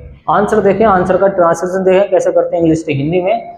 देखिए गांधी थॉट, गांधी जी ने सोचा, थिंक की सेकंड फॉर्म थॉट होती है, that the cultural and social backwardness. देखिए गांधी जी ने सोचा ये जो सांस्कृतिक और सामाजिक बैकवर्डनेस, सामाजिक जो पिछड़ापन, बैकवर्डनेस का मतलब होता है पिछड़ापन, क्या होता है, पिछड़ापन, पिछड़ापन।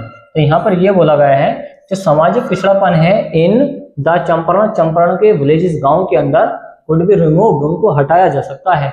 तो गांधी जी ने ये सोचा था कि जो सांस्कृतिक और सामाजिक पिछड़ापन है चंपारण के गांव का, वो हटाया जा सकता है, रिमूव किया जा सकता है बाय मीन्स ऑफ एडुकेशन, शिक्षा के द्वारा। अगर वहां पर शिक्षा फैल जाए तो उसके द्वारा इसको हटाया जा सकता है। एंड और सैनिटेशन, सैनिटेशन का मतलब होता है स्वच्छता, क्या होती है, स्वच्छता, याद रखना स्वच्छता। तो सैनिटेशन के द्वारा उसको हटाया जा सकता है। गांधी जी ने अपील्ड किया है फॉर टीचर्स, किससे, टीचर से, वहां पर जो टीचर्स पढ़ा रहे थे उनसे अपील किया है कि इसको जो सामाजिक पिछड़ापन है, जो इनकी सोच है, इनको हटवाओ टीचर्स से। अब है गांधी जी, जो गांधीज डिसिपल्स, जो गांधी जी के शिष्य थे, महादेव देसाई एंड नरहरि पारिक, जो नरहरि पारिक हैं महादेव देसाई इनके शिष्य थे। एंड देयर वाइफ्स, उनकी पत्नियां। देखिए वाइफ की, अगर वाइफ का प्लूरल बनाना तो वाइफ्स होता है, इसका मतलब होता है पत्नियां, तो उनकी पत्नियों ने, ये होती हैं पत्नियां, वॉलंटियर्ड, उन्होंने स्वेच्छा से, मतलब अपनी इच्छा से, फॉर टीचिंग, वहां पर टीचिंग करी है, पढ़ाई करी है, मतलब पढ़ाया है लोगों को, टीचिंग की है।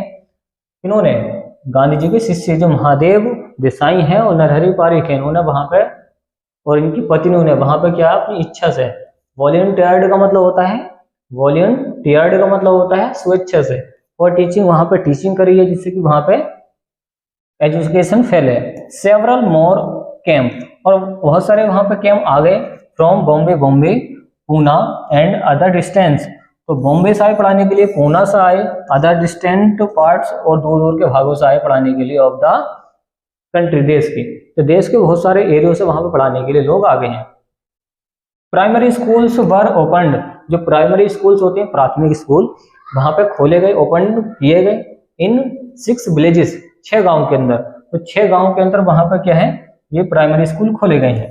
एंड द वर्क, वहां पे काम किया है, ऑफ टीचिंग, पढ़ाने का, चिल्ड्रन, बच्चों को, विगेन, अब देखिए वहां पे बच्चों को पढ़ाने का काम शुरू कर दिया है, विगेन का मतलब शुरू करना।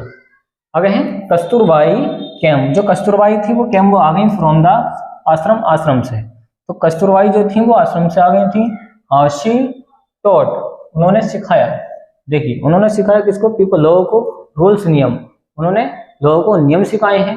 ऑफ पर्सनल क्लीनलीनेस, उन्होंने व्यक्तिगत जो साफ सफाई होती है उसके बारे में उन्होंने पढ़ाया है, इन्होंने, कस्तूरबाई ने। शी टॉट, उन्होंने सिखाया है उनको, द आश्रम रूल्स, उन्होंने आश्रम के रूल, जो आश्रम था वहां पे उसके रूल्स उन्होंने वहां पे सिखाए हैं। ऑन कम्युनिटी, अपने समुदाय को। सैनिटेशन, उन्होंने स्वच्छता के बारे में समझाया है। कम्युनिटी सैनिटेशन मतलब कम्युनिटी जो होती है वहां की, उसकी स्वच्छता के बारे में उन्होंने समझा दिया लोगों को। पीपल, जो लोग थे, फॉलोड, उन्होंने फॉलो किया है हर इंस्ट्रक्शंस, उनके निर्देश। जो लोग थे उन्होंने उनके निर्देश, इंस्ट्रक्शंस का मतलब क्या होता है, निर्देश, उन्होंने निर्देश वहां पर फॉलो किए हैं उन लोगों के। आगे है द विलेजर्स, जो गांव वाले थे, ऑफ चंपारण, चंपारण के वर पुअर, वो गरीब थे। यहाँ पर बोला गया है द विलेजर्स, जो गांव वाले थे चंपारण के, वो क्या थे, वर पुअर, गरीब थे। तो इस तरीके से आप इसका भी ट्रांसलेशन कर सकते हैं और ले सकते हैं इसका स्क्रीनशॉट। चलिए नेक्स्ट वाला क्वेश्चन क्या है उसको देखें आप। देखिए तीसरा क्वेश्चन है जो लास्ट है, काफी इंपॉर्टेंट है एग्जाम के लिए, समझिए इसको। कि Shukla led Gandhi to the house of lawyer. तो यहाँ पर बोला गया कि शुक्ला जो थे, शुक्ला, उन्होंने लेड, उनको, गांधी जी को उन्होंने रास्ता बताया है द हाउस, घरों का, ऑफ अ लॉयर मतलब वकीलों की। तो यहाँ पर क्या हुआ है, जो शुक्ला है, राजकुमार शुक्ला, ये गांधी जी को लेकर जा रहे हैं वकीलों के घर में उनसे मिलने के लिए। तो उन्होंने कैसे उनका रास्ता बताया, उनके घरों का, नेम दिस लॉयर, और उनका नाम बताया है लॉयर्स का, वकीलों का, एंड डिस्क्राइब, वर्णन किया है the whole scenario. Whole scenario का मतलब था पूर्ण दृश्य, वहां का जो सारा का सारा दृश्य था उन्होंने वहां का वर्णन किया है। अगर समझिए आंसर क्या है, राजकुमार शुक्ला, जो राजकुमार शुक्ला थे एंड गांधी जी, वो जो गांधी जी थे, बोर्डेड, वो चढ़ गए। बोर्डेड का मतलब होता है चढ़ जाना, तो वो कहाँ पे चढ़ गए हैं, वो चढ़ गए हैं ट्रेन में, फ्रॉम कलकत्ता, जो कलकत्ता से टू पटना, पटना जा रही थी, जो कलकत्ता मतलब कलकत्ता से पटना जा रही थी, उस ट्रेन में वो चढ़ गए हैं। इसको कलकत्ता पढ़ते हैं वैसे इंग्लिश में, अगर समझे। एट द सिटी, शहर में, ऑफ किसके, पटना के। तो शुक्ला लेड, शुक्ला ने, अब कहाँ पहुंच गए, सिटी में पहुंच गए हैं, पटना। शुक्ला लेड हिम, शुक्ला वहां पे लेड हिम करते हैं, उनको राह दिखाते हैं, मतलब बताते हैं, टू द हाउस, हाउस के मतलब जो उनके वकीलों के घर थे उनके हाउस के बारे में बताते हैं। ही वॉज राजेंद्र प्रसाद, वह राजेंद्र प्रसाद थे। हु विकेम प्रेसिडेंट, जो प्रेसिडेंट बन गए थे, राष्ट्रपति बन गए थे, of the Congress party, Congress party के। तो कांग्रेस पार्टी के जो प्रेसिडेंट बने थे उनका नाम था, क्या था, राजेंद्र प्रसाद था। देन तब द फर्स्ट प्रेसिडेंट, जो पहला राष्ट्रपति बना ऑफ इंडियन रिपब्लिक का, तो जो राजेंद्र प्रसाद थे ये पहले भारतीय क्या बने, ये राष्ट्रपति बने थे। आगे है द सर्वेंट्स, जो नौकर थे, ऑफ द हाउस, घरों के, न्यू, वो जान गए शुक्ला, शुक्ला के बारे में, एज अ पुअर ह्यूमन, एक वो गरीब किसान थे। ह्यूमन का मतलब क्या होता है, किसान। एक तो फार्मर होता है, इसका मतलब भी क्या होता है, किसान, याद रखना क्या होता है, किसान, human. There to, Gandhi ji, वो गांधी जी को ले गए, also to be another peasants, peasants का मतलब भी किसान होता है, तो वो अन्य किसानों के पास लेकर गए हैं, कौन, राजकुमार शुक्ला। देयर टू को गांधी, वो गांधी जी को ले गए हैं, also to be another peasants, दूसरे किसानों के पास में। Gandhi was not permitted, Gandhi ji को आज्ञा नहीं मिली थी, Gandhi was not permitted, Gandhi ji को आज्ञा नहीं मिली थी, टू ड्रॉ वाटर, पानी को खींचने के लिए। ड्रॉ वाटर का मतलब पानी खींचना, कहाँ से, कुएं से, फ्रॉम द वेल, कुएं से, वेल का मतलब होता है कुआं, क्या होता है, कुआं, तो वो कुएं से उन्होंने पानी खींचा था, एज सम ड्रॉप्स, कुछ बूंदें, फ्रॉम हिज बुकेट्स। अब देखिए यहाँ पे इन्हें आज्ञा नहीं मिली है, Gandhi ji was not permitted, Gandhi ji को आज्ञा नहीं मिली है पानी खींचने के लिए, पानी लेने के लिए, किससे, कुएं से, एज जैसे ही, सम ड्रॉप्स फ्रॉम हिज बुकेट, जैसे ही वो कुछ बूंदे अपने बुकेट से, बुकेट मतलब होती है बाल्टी, बाल्टी से पानी भरा जाता है ना इसमें, तो वो जैसे ही कुछ बाल्टी से पानी खींचेंगे तो वुड पोल्यूट, जो वहां के लोग थे वो ये समझ रहे थे कि अगर ये पानी भरेंगे हमारे कुएं से तो वो गंदा हो जाएगा, तो उसको बता रहे हैं कि बुकेट वुड पोल्यूट, वो क्या हो जाएगी, पोल्यूट हो जाएगी, मतलब क्या है, प्रदूषित हो जाएगी, दी एंटायर सोर्स, पूरा का पूरा जो स्रोत है इसका, कुएं का। तो वो समझ रहे हैं कि जो कुआं है ये हमारा पूरा ही खराब हो जाएगा अगर ये पानी भरेंगे तो इस तरीके से इसमें कहानी चलती है। तो ये पूरा सीनरियो था, पूरा दृश्य था उस टाइम का, जिस टाइम पे गांधी जी वहां पे काम कर रहे थे चंपारण में। तो इस तरीके से आप इसका ट्रांसलेशन कर सकते हैं, ले सकते हैं इसका स्क्रीनशॉट। ये 7वां चैप्टर है, चैप्टर नंबर 7 है दी इंटरव्यू। क्या है, दी इंटरव्यू। देखिए वोवेल से पहले इसको दी पढ़ा जाता है, अगर यहाँ पे कॉन्सोनेंट होता ओके तो यहाँ पे पढ़ते हैं हम दा, वोवेल से पहले ध्यान रखें इसको दी पढ़ा जाता है, दी इंटरव्यू। इस चैप्टर के पढ़ेंगे हम सारे के सारे मोस्ट इंपोर्टेंट शॉर्ट आंसर्स जो काफी इंपोर्टेंट है एग्जाम के लिए, समझिए इनको। देखिए पहला क्वेश्चन क्या है वो देखें, व्हाट डज बीएस नायपोल, देखिए जहां पर आ जाए डज वो होता है प्रेजेंट का इंडेफिनिट सेंटेंस। देखिए what does BS Naipaul feel about interviews, यहाँ पर बोला है कि बीएस नायपोल जो है वो क्या महसूस करते हैं, ता है ती है बोलेंगे क्योंकि है आप प्रेजेंट का इंडेफिनिट सेंटेंस है, तो क्या महसूस करते हैं अबाउट इंटरव्यूज के बारे में, तो वो इंटरव्यूज के बारे में, इंटरव्यू देना चाहिए नहीं देना चाहिए इसके बारे में वो क्या महसूस करते हैं। आंसर देखिए, आंसर क्या है, बीएस नायपोल, जो बीएस नायपोल है फील्स महसूस करते हैं। देखिए सब्जेक्ट अगर सिंगुलर होता है तो वर्ब में आ जाता है एस, ऐसा कौन से टेंस में होता है, ये होता है प्रेजेंट के इंडेफिनिट सेंटेंस में। तो बीएस नायपोल जो है वो फील्स महसूस करते हैं डेट सम पीपल, कुछ लोग आर वाउंडेड, उनको चोट लग जाती है, उनको चोट पहुंच जाती है, मतलब मानसिक रूप से। वाई इंटरव्यूज के द्वारा, मतलब इंटरव्यूज में उनसे कुछ ऐसे सवाल पूछ लिए जाते हैं जिनसे उनको प्रॉब्लम हो जाती है, तो उसी को बोला गया है कि वो बाउंडेड हो जाते हैं। वाई इंटरव्यूज के द्वारा एंड और लॉस खो देते हैं अ पार्ट ऑफ देमसेल्व्स, वो अपनी खुद का एक हिस्सा खो देते हैं, मतलब दिमाग में मेंटली उनको कोई प्रॉब्लम आ जाती है उसको बता रहे हैं। तो इस तरीके से नायपोल जो है वो महसूस करते हैं इंटरव्यूज के बारे में। नेक्स्ट वाला क्वेश्चन है कि why did Rudyard Kipling refuse to be interviewed, यहाँ पर यह बोला गया है कि why did Rudyard Kipling, Rudyard जो किपलिंग है वो रुडयार्ड किपलिंग क्यों रिफ्यूजेस, यहाँ पर रिफ्यूज का मतलब होता है मना करना, क्या होता है मना करना, तो वो क्यों मना कर देते हैं टू बी इंटरव्यूड देने से। तो यहाँ पर ये है कि जो रुडयार्ड किपलिंग जो है ये क्यों मना कर देते हैं इंटरव्यू देने के लिए, तो आंसर देखें, रुडयार्ड किपलिंग है वो रिफ्यूज्ड, उन्होंने मना कर दिया, ये सेंटेंस हो गया पास्ट का इंडेफिनिट क्योंकि वर्ब की सेकंड फॉर्म है और वर्ब की सेकंड फॉर्म केवल पास्ट के इंडेफिनिट में आती है, इसके अलावा किसी में नहीं आती है। तो रुडयार्ड किपलिंग रिफ्यूज्ड, उन्होंने मना कर दिया है टू बी इंटरव्यूड देने से, बिकॉज क्योंकि ही सेड उन्होंने कहा दैट इट वाज इमोरल, यह अनैतिक है, मतलब इंटरव्यू लेना अनैतिक है, तो गलत बात है। आगे है इट वाज अ क्राइम, यह एक क्राइम है, यहाँ तक कि इसको क्राइम बोला जा रहा है, क्राइम का मतलब होता है अपराध करना। It was an offence, offence का मतलब भी क्या होता है अपराध, क्या होता है अपराध, जिससे दूसरे का कोई नुकसान हो वो ऑफेंस कहलाता है। ऑफ असोल्ट, और इसमें असोल्ट किया जाता है, हमला किया जाता है, मतलब सवाल उल्टे सीधे पूछ के असोल्ट मतलब हमला किया जाता है, इसका मतलब होता है हमला। ऑन हिज पर्सन, किसी पर्सन पर, तो किसी पर्सन पर इंटरव्यू पूछकर, इंटरव्यूज में सवाल पूछकर उसमें हमला किया जाता है, वो ऐसा कह रहे हैं कौन, रुडयार्ड किपलिंग। तो ये दोनों के दोनों मोस्ट इंपोर्टेंट शॉर्ट आंसर है, इसका स्क्रीनशॉट लीजिए और हम कर देते हैं इसको क्लीन।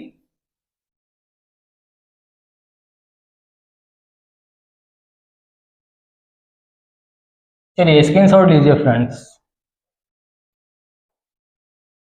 देखिए तीसरा क्वेश्चन क्या है उसको देखें आप, तीसरा क्वेश्चन क्या है वो देखें। क्वेश्चन है आपके पास, what genres are represented in the novel the rose, what genres are represented का मतलब होता है प्रतिनिधित्व करना, मतलब पूरी जानकारी देना, और यहाँ पर पूरी जानकारी कौन दे रहा है, in the novel of the rose, ये जो द रोज एक नोवेल है इसमें क्या क्या जानकारी दी गई है। आंसर देखें, आंसर है the novel the name of the rose, इसका पूरा नाम है the name of the rose represents, इसका मतलब होता है प्रतिनिधित्व करना, प्रतिनिधित्व करना। तो ये क्या प्रतिनिधित्व करता है, कौन सा, the name of the rose, ये उपन्यास है, रिप्रेजेंट्स करता है अ डिटेक्टिव प्लॉट, एक डिटेक्टिव प्लॉट के बारे में, मतलब एक जासूसी प्लॉट है। एट वन लेवल, एक स्तर पर ओके, एट वन लेवल एक स्तर पर, एंड मेटाफिजिक्स, और इसके स्तर में कौन कौन सी चीजें हैं, मेटाफिजिक्स है, थियोलॉजी है, एंड मेडिकल हिस्ट्री, और मेडिकल हिस्ट्री के बारे में बताया गया है ऑन दी अनदर लेवल, इसको दी बोलेंगे फिर से बोबिल है, ऑन दी अनदर लेवल मतलब दूसरे स्तर पर भी इसमें बताया गया है। क्या क्या बताया गया है, मेटाफिजिक्स के बारे में, थियोलॉजी के बारे में और मेडिकल हिस्ट्री के बारे में, किसमें बताया गया है, द नेम ऑफ द रोज, यहाँ पर बोला गया है ये जो नोवेल है कौन सा, द नेम ऑफ द रोज, इसके बारे में इसमें वर्णन किया गया है, ये तीनों सब्जेक्ट के बारे में। तो इस तरीके से आप इसका ट्रांसलेशन कर सकते हैं, ले सकते हैं इसका स्क्रीनशॉट। देखिए ये चैप्टर है, ये 7वां है, दी इंटरव्यू, वोवेल से पहले इसको दी पढ़ा जाता है, बाकी के साथ इसको दा पढ़ती है। तो देखिए लॉन्ग आंसर है जो काफी इंपॉर्टेंट है एग्जाम के लिए, समझिए इसको क्या है, ये शॉर्ट नहीं है, लॉन्ग आंसर है। तो आपको ये लॉन्ग आंसर तैयार करना है एग्जाम के लिए। देखिए क्वेश्चन क्या है, what is the reason for the huge success of the novel the name of the rose. तो व्हाट इज द रीजन, क्या कारण है, फॉर द ह्यूज एक बड़ी सफलता का, ह्यूज सक्सेस का मतलब था बड़ी सफलता, क्या होती है बड़ी सफलता। तो बड़ी सफलता का क्या कारण है ऑफ द नोवेल, एक उपन्यास का the name of the rose. The name of the rose जो उपन्यास है इसकी बड़ी सफलता का कारण क्या है वो समझिए। आंसर क्या है, आंसर देखें। The name of the rose, the name of the Rose is a different sort of novel, ये एक अलग तरीके का एक शॉर्ट नोवेल है, एक क्या है शॉर्ट नोवेल है।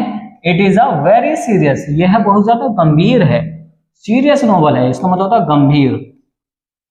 ओके देखिए it is a very serious novel, यह एक गंभीर नोवेल है, एक ऐसा नोवेल लिखा गया है, उपन्यास है।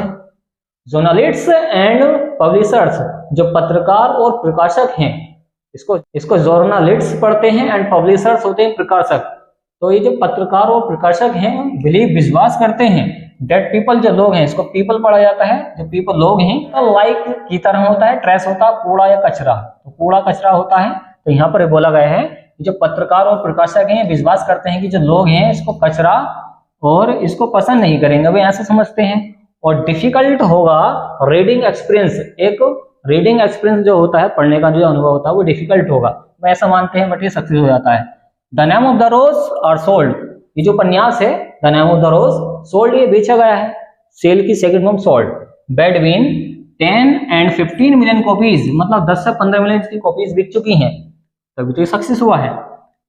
दीज रीडर्स, ये जो रीडर्स हैं, ये जो पढ़ने वाले हैं, डोंट वांट, ये नहीं चाहते हैं इजी एक्सपीरियंस, एक आसान अनुभव करना, तो ये इजी एक्सपीरियंस करना नहीं चाहते हैं, और एटलीस्ट कम से कम डोंट ऑलवेज वांट दिस, और इसको देखिए, और या एटलीस्ट डोंट ऑलवेज, इसको हमेशा नहीं चाहते हैं वांट दिस, इसको। इकोज अमेरिकन, एक इकोज नाम का अमेरिकन पब्लिशर है, मतलब प्रकाशक है इकोज नाम का, डिडंट एक्सपेक्ट, वो आशा भी नहीं करता टू सेल, ये बिकेगा मोर देन 3000 कॉपीज, वो इतनी भी आशा नहीं करता है कि इसकी जो कॉपीज है वो 3000 से बिकेंगी, मतलब 3000 ही बिकेंगी। इन द यूएसए में, वेयर नोबडी, जहां पर कोई नहीं है, सीन कैथरल, सीन कैथरल कोई नाम है इसका, और स्टडीज लैटिन, तो यहाँ पर ये बिका है। सो इसलिए Eco was given an advance for 3000 copies, Eco को यहाँ पे एडवांस में 3000 कॉपीज दी गई हैं, बट इन द एंड, अंत में, द नोवेल सोल्ड, जो नोवेल है वो बेचा गया है 2 और 3 मिलियन, मतलब 2 से 3 मिलियन की कॉपी बिकी है इन द यूएसए में। The name of the rose, the name of the rose जो ये नोवेल है, हैज अ डिटेक्टिव यार्न, इस मतलब इसमें जासूसी टाइप की चीजें लिखी गई हैं एट वन लेवल, एक स्तर पर, बट परंतु इट ऑल्सो डेल्स, ये बटा हुआ है इनटू मेटाफिजिक्स, मेटाफिजिक्स में, थियोलॉजी में, and medical history, medical history में, इसको मेडिकल बोलेंगे, क्या बोलेंगे, मेडिकल हिस्ट्री।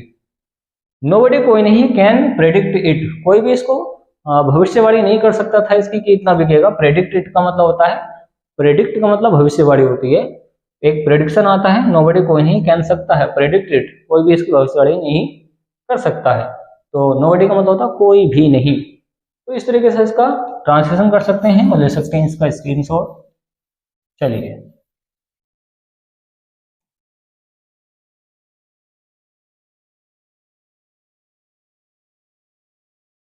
देखिए नेक्स्ट वाला क्वेश्चन क्या है उसको देखें।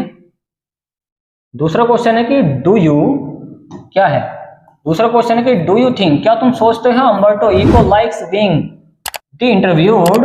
यहाँ पर बोला गया है कि इको, यहाँ पर है अम्बर्टो इको लाइक्स, वो पसंद करता है, क्या तुम सोचते हो कि अम्बर्टो इको जो है वो पसंद करता है बीइंग द इंटरव्यूड, मतलब इंटरव्यू को देना, क्या तुम सोचते हो, इसका रीजन बताओ। गिव रीजंस, कारण दीजिए, फॉर योर ओपिनियन, अपने विचार से, तो अपने विचार से कारण बताइए, क्या तुम सोचते हो कि अम्बर्टो इको जो है वो पसंद करता है इंटरव्यू को देना। आंसर देखें, यस हाँ, यस हाँ, वो इंटरव्यू को देना पसंद करता है। आई थिंक, मुझे लगता है, आई थिंक का मतलब मुझे लगता है, अम्बर्टो इको जो है लाइक्स पसंद करता है बीइंग इंटरव्यूड, इंटरव्यू को देना। फॉलोइंग आर द रीजंस, निम्नलिखित इसके कारण हैं फॉर माई ओपिनियन, मेरे विचार से। तो मेरे विचार से निम्नलिखित कारण है, कौन कौन से कारण है? पहला वाला देखिए, I infer from the way Umberto Eco replied. तो I infer from the way, मैं एक तरीके से बताना चाहता हूं कि अम्बर्टो इको जो है वो रिप्लाई उत्तर देना पसंद करता है टू द क्वेश्चन, सवालों के। अब ऐसा क्यों लगता है? पुट वाई, जो पूछे गए थे मुकुंद पद्मानाभन, जो मुकुंद पद्मानाभन था उसके द्वारा पूछे गए थे, तो इसने सही से आंसर दिए थे। डेट ही लाइक्स, वो पसंद करता है बीइंग इंटरव्यूड, इंटरव्यू को देना। तो इस तरीके से तुम कह सकते हो कि ही लाइक्स, वो पसंद करता है क्या करना? इंटरव्यू को देना। नेक्स्ट वाला रीजन है इको सीम्स, इको को लगता है, सीम्स का मतलब होता है लगता है, to be in a relaxed mood. Eco लगता है कि वो एक आरामदायक स्थिति में होता है, रिलैक्स्ड मूड में होता है। And it is throughout, जब वो थ्रू आउट करता है चारों तरफ से, थ्रू आउट का मतलब होता है चारों तरफ। द इंटरेक्शन का मतलब होता है जब किसी से चारों ओर से घेर कर सवाल पूछे जाते हैं, उसको बोलते हैं इंटरेक्शन करना, मतलब बातचीत करना किसी से, तो वो इंटरेक्शन करना पसंद करता है। तो इससे हमें पता चलता है कि उसको इंटरव्यू देना पसंद है। इस Eco replies to questions with patience, जो इको है वो रिप्लाइज उत्तर देता है क्वेश्चंस के विद पेशेंस, धैर्य के साथ। तो इससे हमें तीसरे वाले में पता चलता है क्या, कि वो क्वेश्चन के आंसर देना पेशेंस से पसंद कर सकता, मतलब पेशेंस मतलब उसके अंदर धैर्य है, तो वो धैर्य से क्वेश्चन के आंसर देना पसंद करता है। ही नेवर, वो कभी नहीं, सीम्स, उसको लगता है, उसे कभी नहीं लगता है टू बी इन अ हरी, तो उसको कभी ऐसे नहीं लगता कि वो जल्दी में है, तो आराम से वो उत्तर देना पसंद करता है। तो ये कारण है कुछ जिससे कि पता लगता है कि वो इंटरव्यू को देना पसंद करता है। तो ले सकते हैं इसका स्क्रीनशॉट। वार्टन, पहला क्वेश्चन क्या है इसका? ट्रांसलेशन देखो, हु इज जियोफ, इसको बोलेंगे क्या? जियोफ। जियोफ कौन है? What is his profession, profession का मतलब होता है पेशा या काम, प्रोफेशन का मतलब क्या होता है? पेशा या काम, इसको पेशा बोल सकते हैं या काम काज, जो भी कोई काम करता है वो उसका प्रोफेशन है। तो जियोफ कौन है और उसका प्रोफेशन क्या है, उसका पेशा क्या, वो क्या काम करता है? आंसर है Geoff is the Elder brother, Geoff जो है बड़ा भाई है, एल्डर का मतलब होता है बड़ा, तो बड़ा भाई है किसका? ऑफ सोफी, सोफी का। He is an apprentice, apprentice का मतलब होता है कुशल या अपने काम में अच्छा होना, तो वह अपने काम में अच्छा है, कौन से काम में? मैकेनिक के काम में। तो यहाँ पर बोला गया कि जियोफ कौन है और उसका प्रोफेशन क्या है, तो जियोफ जो है वो बड़ा भाई है किसका? सोफी का। और यह कौन? हाँ, यह जो है कौन? जियोफ, ये अपने काम में कुशल है, कौन से? मैकेनिक के काम में। कौन सा काम करता है? मैकेनिक का। दूसरा क्वेश्चन क्या, वो देखो, इसका ट्रांसलेशन कैसा करेंगे? डज जियोफ बिलीव, क्या विश्वास करता है? कौन? जियोफ। जियोफ क्या विश्वास करता है? देखो डज आया तो कौन सा सेंटेंस है? प्रेजेंट का इंडेफिनिट। जियोफ क्या विश्वास करता है? व्हाट सोफी से, जो सोफी कहती है अबाउट हर मीटिंग, अब उसके मीटिंग के बारे में जो वो मिली है किससे? विद डैनी केसी, डैनी केसी से। तो सवाल ये है कि जो जियोफ है क्या ये विश्वास करता है कि जो वो कहती है कि कौन? सोफी, वो मिली है किससे? डैनी केसी से। आंसर है द फॉलोइंग थिंग्स, निम्नलिखित चीजों से सो पता चलता है या दिखाई देता है डेट जियोफ, जियोफ जो है डज नॉट बिलीव, वो विश्वास नहीं करता है। तो निम्नलिखित चीजों से हमें पता चलता है जो जियोफ है वो विश्वास नहीं करता है। व्हाट सोफी से, जो सोफी कहती है, सोफी कहती है, देखो वर्ब आ गया, कौन सा सेंटेंस है? प्रेजेंट का इंडेफिनिट। वो विश्वास करती है अबाउट के बारे में, हर मीटिंग, उसके मीटिंग के, विद डैनी केसी, डैनी केसी से, तो वो विश्वास नहीं करता है। सवाल ये था कि वो विश्वास करता है नहीं करता है? कौन? जियोफ। तो आंसर है कि वो विश्वास नहीं करता है। जियोफ डज नॉट बिलीव, वो विश्वास नहीं करता है जो सोफी वो कहती है कि वो मिली है किससे? डैनी केसी से। पहला कारण क्या है कि जियोफ से, जो जियोफ कहता है इट इज नेवर, जियोफ कहता है कि यह ऐसा कभी नहीं हो सकता। नेवर का मतलब क्या होता है? कभी नहीं। ट्रू का मतलब क्या होता है? असलियत में। तो कभी ऐसा असलियत में नहीं हो सकता कि डेट सी मेड, वो मिली, देखो मीट की सेकंड हो मेड होती है, इसका मतलब हो जाएगा मिली, कि वो मिली है किससे? डैनी केसी, डैनी केसी से। ही सेज, वह कहता है, ही किसके लिए आया है? ये आया है जियोफ के लिए, लड़के के लिए आता है ना ही। आगे है आई डोंट बिलीव, मैं विश्वास नहीं करता इट, इस पर, तो मैं इस पर विश्वास नहीं करता हूँ। दूसरा वाला है, ये दूसरा है कि जियोफ आस्क्स, जियोफ मालूम करता है उससे, what does he look like, Geoff मालूम करता है उससे कि what does he look like, वह कैसी दिखाई देती है। वह कैसी दिखाई देती है, कौन, डैनी कैसी। दीज थिंग्स, इन चीजों से, सो दिखाई देता है, डेट जियोफ, जो जियोफ है, इज नॉट कन्विंस्ड, वो कन्विंस्ड नहीं होता है, मतलब वो इस पर विश्वास नहीं रखता है या विश्वास नहीं करता है, डेट सोफी मेड, कि सोफी मिली है। सोफी किससे मिली है, डैनी कैसी से। तो इस प्रकार तुम बता सकते हो कि जो कौन, ये जो जियोफ है वो विश्वास नहीं करता है किस पे, सोफी पे, कि वो मिली है किससे, डैनी कैसी से। तो ये कारण है सारे के सारे। तो कर देते हैं इसको क्लीन, और ले सकते हो इसका स्क्रीनशॉट। हाँ भाई स्क्रीनशॉट लो इसका, हाँ लो स्क्रीनशॉट लो इसका। देखो तीसरा क्वेश्चन क्या, वो देखो आप, तीसरा क्वेश्चन दे रखा है, क्या है, why did Sophie go into his brother, Sophie क्यों अपने भाई के पास जाती है, अपने भाई के रूम में जाती है। अपोस्ट्रोफ का मतलब क्या होता है, काके की, तो अपने भाई के रूम में जाती है। What was he doing then, तब वह क्या कर रहा था, देन का मतलब तब होता ना, तो वह क्या कर रहा था उसका भाई जब वो उसके रूम में जाती है। आंसर है Sophie कन्फाइडेड in his brother Geoff, Sophie इसका मतलब होता है विश्वास किया, विश्वास किया। तो सोफी ने अपने भाई पर विश्वास किया था, किस पे, जियोफ पे, कि she went into his room, कि वो अपने भाई के रूम में गई, और टू टेल, उससे बात करी है, डेट सी मेट, और वो उससे मिली है, डैनी केसी से। इन द एक्रेड, एक्रेड का मतलब होता है खेल का मैदान, कि वो खेल के मैदान में उससे मिली है, खेल का मैदान। आगे है जियोफ वॉज देन रिपेयरिंग, जो जियोफ था वो रिपेयरिंग हाँ, Geoff was then repairing, repairing का मतलब होता है मरम्मत करना, रिपेयरिंग का मतलब है मरम्मत करना, मरम्मत करना। तो सवाल ये है, क्या है, कि वो वहां पे क्या कर रहा था, तो Geoff was then repairing, Geoff क्या है, वो रिपेयरिंग कर रहा था, मरम्मत कर रहा था, पार्ट ऑफ हिज, इसके, मोटरसाइकिल के, तो मोटरसाइकिल के एक हिस्से की मरम्मत कर रहा था, कौन, जियोफ। नेक्स्ट वाला देखो, क्वेश्चन नंबर 4 क्या है, चौथा क्वेश्चन क्या है, कि how does Sophie include her brother Geoff in her fantasy of her future. How does Sophie, Sophie कैसे इंक्लूड, शामिल हो जाती है, डज आया तो प्रेजेंट का क्या है, इंडेफिनिट है, तो सोफी कैसे शामिल हो जाती है, इंक्लूड का मतलब होता है शामिल होना, शामिल होना। हर ब्रदर जियोफ इन हर फैंटेसी, फैंटेसी मतलब होता है कल्पनाओं में, कल्पनाओं, तो उसकी कल्पनाओं में वो कैसे शामिल हो जाती है, ऑफर फ्यूचर, उसके भविष्य की, उसके भविष्य की। आंसर है इसका कि Geoff was always the first to share Sophie's secret, Geoff was always, Geoff हमेशा, द फर्स्ट टू शेयर, वो शेयर करता था, सोफीज सीक्रेट, सोफी के जो सीक्रेट हैं, मतलब जो उसके रहस्य हैं, जो उसकी रहस्यमय बातें हैं, वो उसकी बातों को शेयर करता रहता था।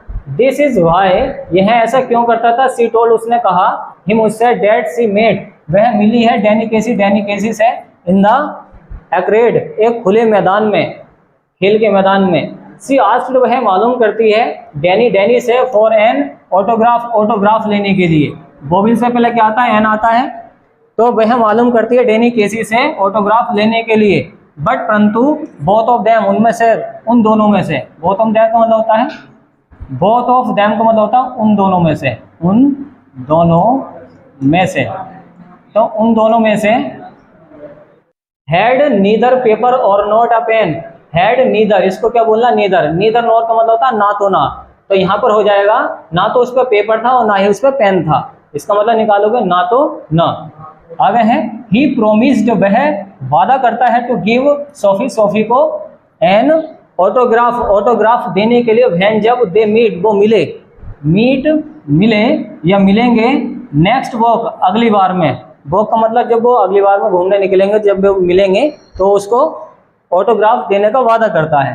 10 होता है इस प्रकार, क्या होता है, इस प्रकार, इस प्रकार सोफी इंक्लूड्स, सोफी शामिल हो जाती है, जियोफ इन हर फैंटेसी, उसकी फैंटेसी में, ऑफर फ्यूचर, उसके फ्यूचर की। तो ये सारे के सारे शॉर्ट आंसर है, 4 के 4, ये 4 ही तैयार कर लिए। देखिए समझिए, फर्स्ट चैप्टर है द थर्ड लेवल का, और शॉर्ट आंसर्स हैं सप्लीमेंट्री के। समझते हैं पहला क्वेश्चन क्या है, उसको समझिए, देखिए। तो देखिए पहला क्वेश्चन क्या, इसको समझते हैं कैसे ट्रांसलेशन करते हैं इंग्लिश से हिंदी में, इसको समझिए स्टेप बाय स्टेप, बस इसके सारे मीनिंग आपको याद होने चाहिए। तो देखिए इसके जो राइटर है कौन है, जैक फिनी है, और सारे के सारे शॉर्ट आंसर्स हैं।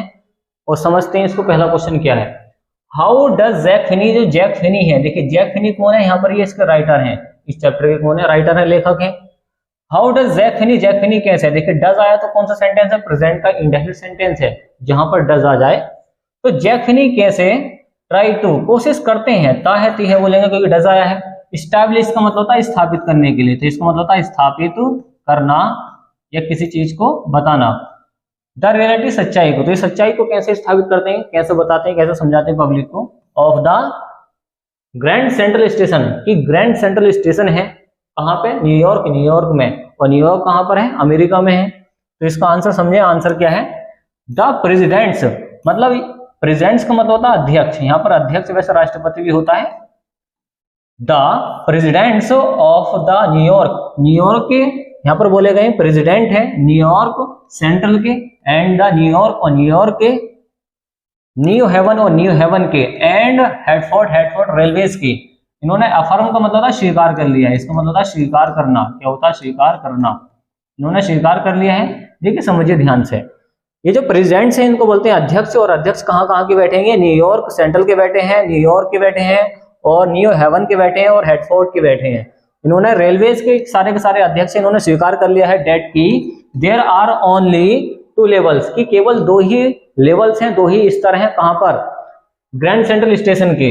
आगे है levels of grand Central Station, Grand Central station के न्यूयॉर्क फास्ट ट्रेन, देखिए न्यूयॉर्क की जो फास्ट ट्रेन से जो तेज चलने वाली ट्रेन है, लाइक द 20th सेंचुरी, जो 20वीं शताब्दी की ट्रेन है, मतलब एक्सप्रेस ट्रेन है, वो कहां से निकल कर जाती हैं, वो leave from the first level, वो पहले वाले स्तर से चलती हैं। फर्स्ट लेवल का मतलब पहले वाले स्तर से वो निकल के जाती हैं, चलती हैं। व्हेराज का मतलब होता है जबकि, इसका मतलब होता है जबकि, व्हेराज बोलेंगे इसको जबकि। देखिए द सबअर्बन, इसको क्या बोलेंगे, सबअर्बन, ध्यान पर रखना, इसको सबअर्बन पढ़ते हैं, ठीक। जो सबअर्बन ट्रेन हैं वो कहां से जाती हैं, leave from the second level, वो दूसरे वाले लेवल से जाती हैं, दूसरे वाले स्तर से वहां से निकल के जाती हैं। ओके, तो इस तरीके से इसका ट्रांसलेशन कर सकते हैं और ले सकते हैं इसका स्क्रीनशॉट। चलो कर देते हैं इसको क्लीन, आप लीजिए इसका स्क्रीनशॉट और पढ़ते हैं नेक्स्ट वाला क्वेश्चन क्या है। देखिए लीजिए इसका स्क्रीनशॉट, नेक्स्ट वाला क्वेश्चन क्या है उसको देखें आप। देखिए क्वेश्चन नंबर 2 है, उसको समझें। देखिए what was Sam's reaction, Sam's का क्या रिएक्शन था, देखिए अपोस्ट्रोफ एस का मतलब था का, तो सैम का क्या रिएक्शन था व्हेन, जब चार्ली ने मेंशन का मतलब था वर्णन किया, ये समझाया, तो इसका मतलब था वर्णन करना। जब चार्ली ने वर्णन किया सही तरीके से द डिस्कवरी, खोज के बारे में, द डिस्कवरी क्या होती है, खोज, तो उसने खोज के बारे में वर्णन किया ऑफ द थर्ड लेवल के टू हिम, उसको। तो यहाँ पर सवाल ये है कि एक सैम नाम का लड़का है, चार्ली नाम का लड़का है, जो चार्ली है इस सैम से बताता है तो वो कैसा रिएक्शन देता है जब वो वर्णन करता है किसके बारे में, discovery of the third level, जब वो तीसरे लेवल की खोज कर लेता है उसके बारे में बताता है।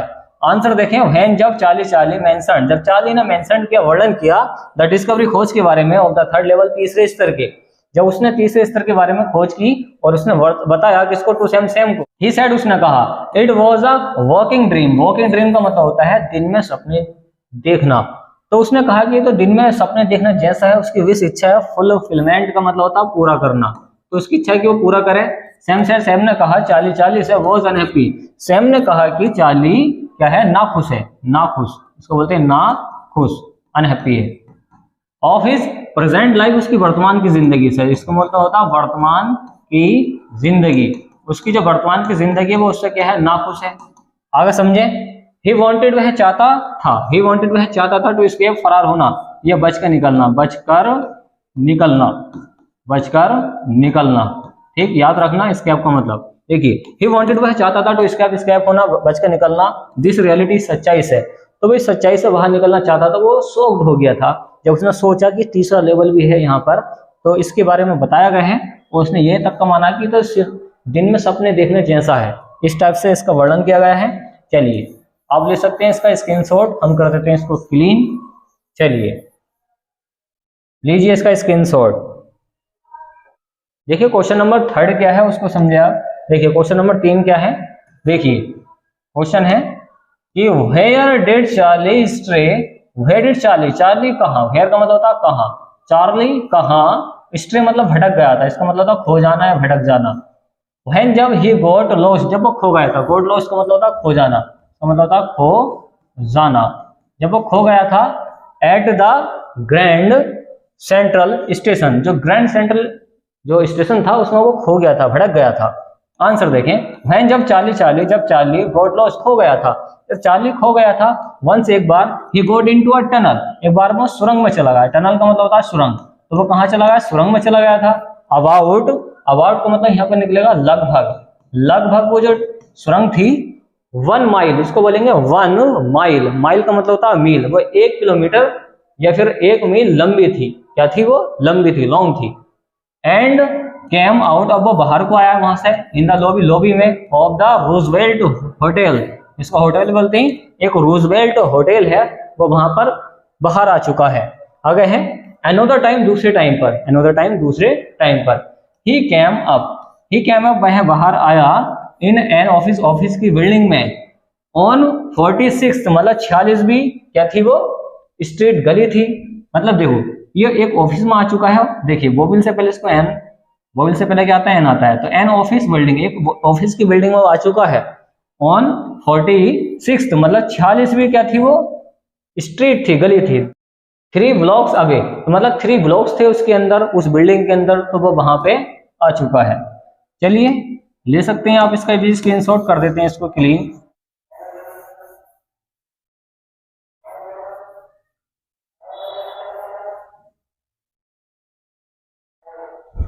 चलिए चौथा क्वेश्चन क्या है उसको समझे आप। देखिए चौथा क्वेश्चन दे रखा है इसमें, चौथा क्वेश्चन है कि what did Charlie discover when he went to a news boy, what did Charlie, देखिए चार्ली ने क्या डिस्कवर, खोज की, उसने क्या खोज कर ली, व्हेन जब ही वेंट, वो गया, टू अ न्यूज बॉय, एक न्यूज बॉय के पास, जो एक न्यूज पेपर बांटता था उसके पास वो गया।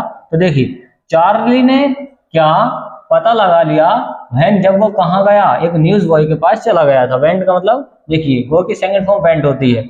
आंसर देखें, व्हेन जब जब चार्ली वेंट चला गया टू अ न्यूज बॉय, एक न्यूज बॉय के पास, ही फाउंड उसने पाया, उसने पाया क्या, कि ही वाज सेलिंग, वह बेच रहा था, ही वाज सेलिंग वो बेच रहा था, द वर्ल्ड, देखिए द वर्ल्ड नाम का एक अखबार बेच रहा था, डेटेड जून, और उस पर डेट पड़ी हुई थी 11 जून की, और 1894 का क्या था वो न्यूज़पेपर था, और न्यूज़पेपर का नाम था द वर्ल्ड।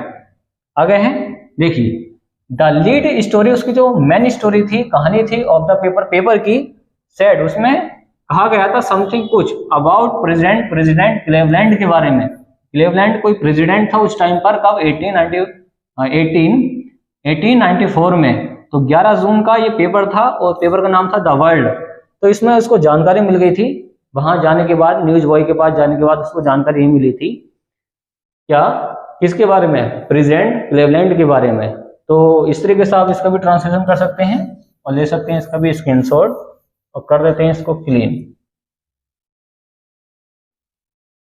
चलिए क्वेश्चन नंबर 5 क्या है उसको देखें। क्वेश्चन नंबर 5 है, देखिए वाई डिड चार्ली वाई, देखिए चार्ली ने क्यों, वाई का मतलब खरीदा, वाई का मतलब होता है खरीदना, क्या होता है खरीदना, तो उसने क्या खरीदा, ओल्ड करेंसी, तो उसने ओल्ड या पुरानी करेंसी क्यों खरीदी थी, नेक्स्ट डे अगले दिन, नेक्स्ट डे का मतलब होता है अगले दिन। आंसर है Charlie had a will, Charlie की इच्छा थी कि टू विजिट, वो विजिट करे, जाए कहां पर, गर्ल्स वर्ग के अंदर। तो चार्ली की ये इच्छा थी, विल का मतलब यहाँ पे है इच्छा, कि वो गर्ल्स वर्ग में जाए। ही माइट गो देयर, वह वहां पर जा सकता था, फ्रॉम द थर्ड लेवल, तीसरे स्तर पर, तो वो उसकी इच्छा थी कि वो गर्ल्स वर्ग जाए, वो गर्ल्स वर्ग में खोज हो चुकी है तीसरे लेवल की, वो जाना चाहता है वहां से फ्रॉम द थर्ड लेवल, तीसरे स्तर में, वेयर जहां ही नीडेड, उसे जरूरत है, ओल्ड करेंसी, देखिए ओल्ड स्टाइल करेंसी मतलब पुरानी करेंसी की उसको जरूरत है वहां पर जाने के लिए। तो वाई खरीदने के लिए द टिकट, अब टिकट खरीदने के लिए उसको ओल्ड करेंसी की जरूरत है, तो इस वजह से वो खरीद रही है। This is why he what, इसी कारण यह है क्योंकि ही वॉट उसने खरीदा, इसने इसलिए उसको खरीदा, ओल्ड करेंसी को, तो इसलिए वह ओल्ड करेंसी को खरीदता है। तो इसका भी दे सकते हैं स्क्रीनशॉट, कर देते हैं इसको क्लीन। चलिए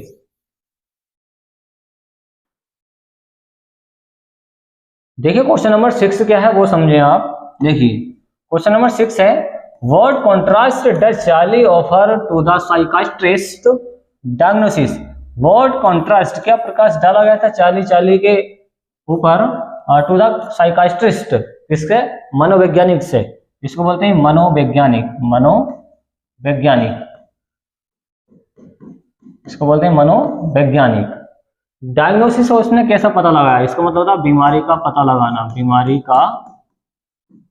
पता लगाना। तो देखिए यहाँ पर सवाल ये है कि मनोवैज्ञानिक ने कैसे बीमारी का पता लगाया था, इसके बारे में आंसर है वो देखें। चार्ली कहता है, देखिए वर्मा कौन आ गया, एज प्रेजेंट का इंडेफिनिट है। चार्ली कहता है डेट हिज ग्रैंडफादर, उसके जो दादाजी हैं, दादाजी डिडंट नीड, उन्हें जरूरत नहीं थी। देखिए पास्ट का इंडेफिनिट है, डिडंट नीड आया है, तो डिडंट नीड का मतलब होता है जरूरत, क्या होती है जरूरत, उन्हें जरूरत नहीं थी। एनी रिफ्यूजी मतलब किसी भी शरण की उनको कोई जरूरत नहीं है। फ्रॉम रियलिटी होती है सच्चाई की। थिंग्स वर प्रेटी, चीजें उस टाइम पे खूबसूरत थी। नाइस एंड पीसफुल, क्या थी वो, देखिए चीजें उस टाइम पर क्या थी, प्रेटी थी, खूबसूरत थी और शांतिपूर्ण थी। पीसफुल का मतलब शांतिपूर्ण। इन हिज डेज, उनके दिनों में।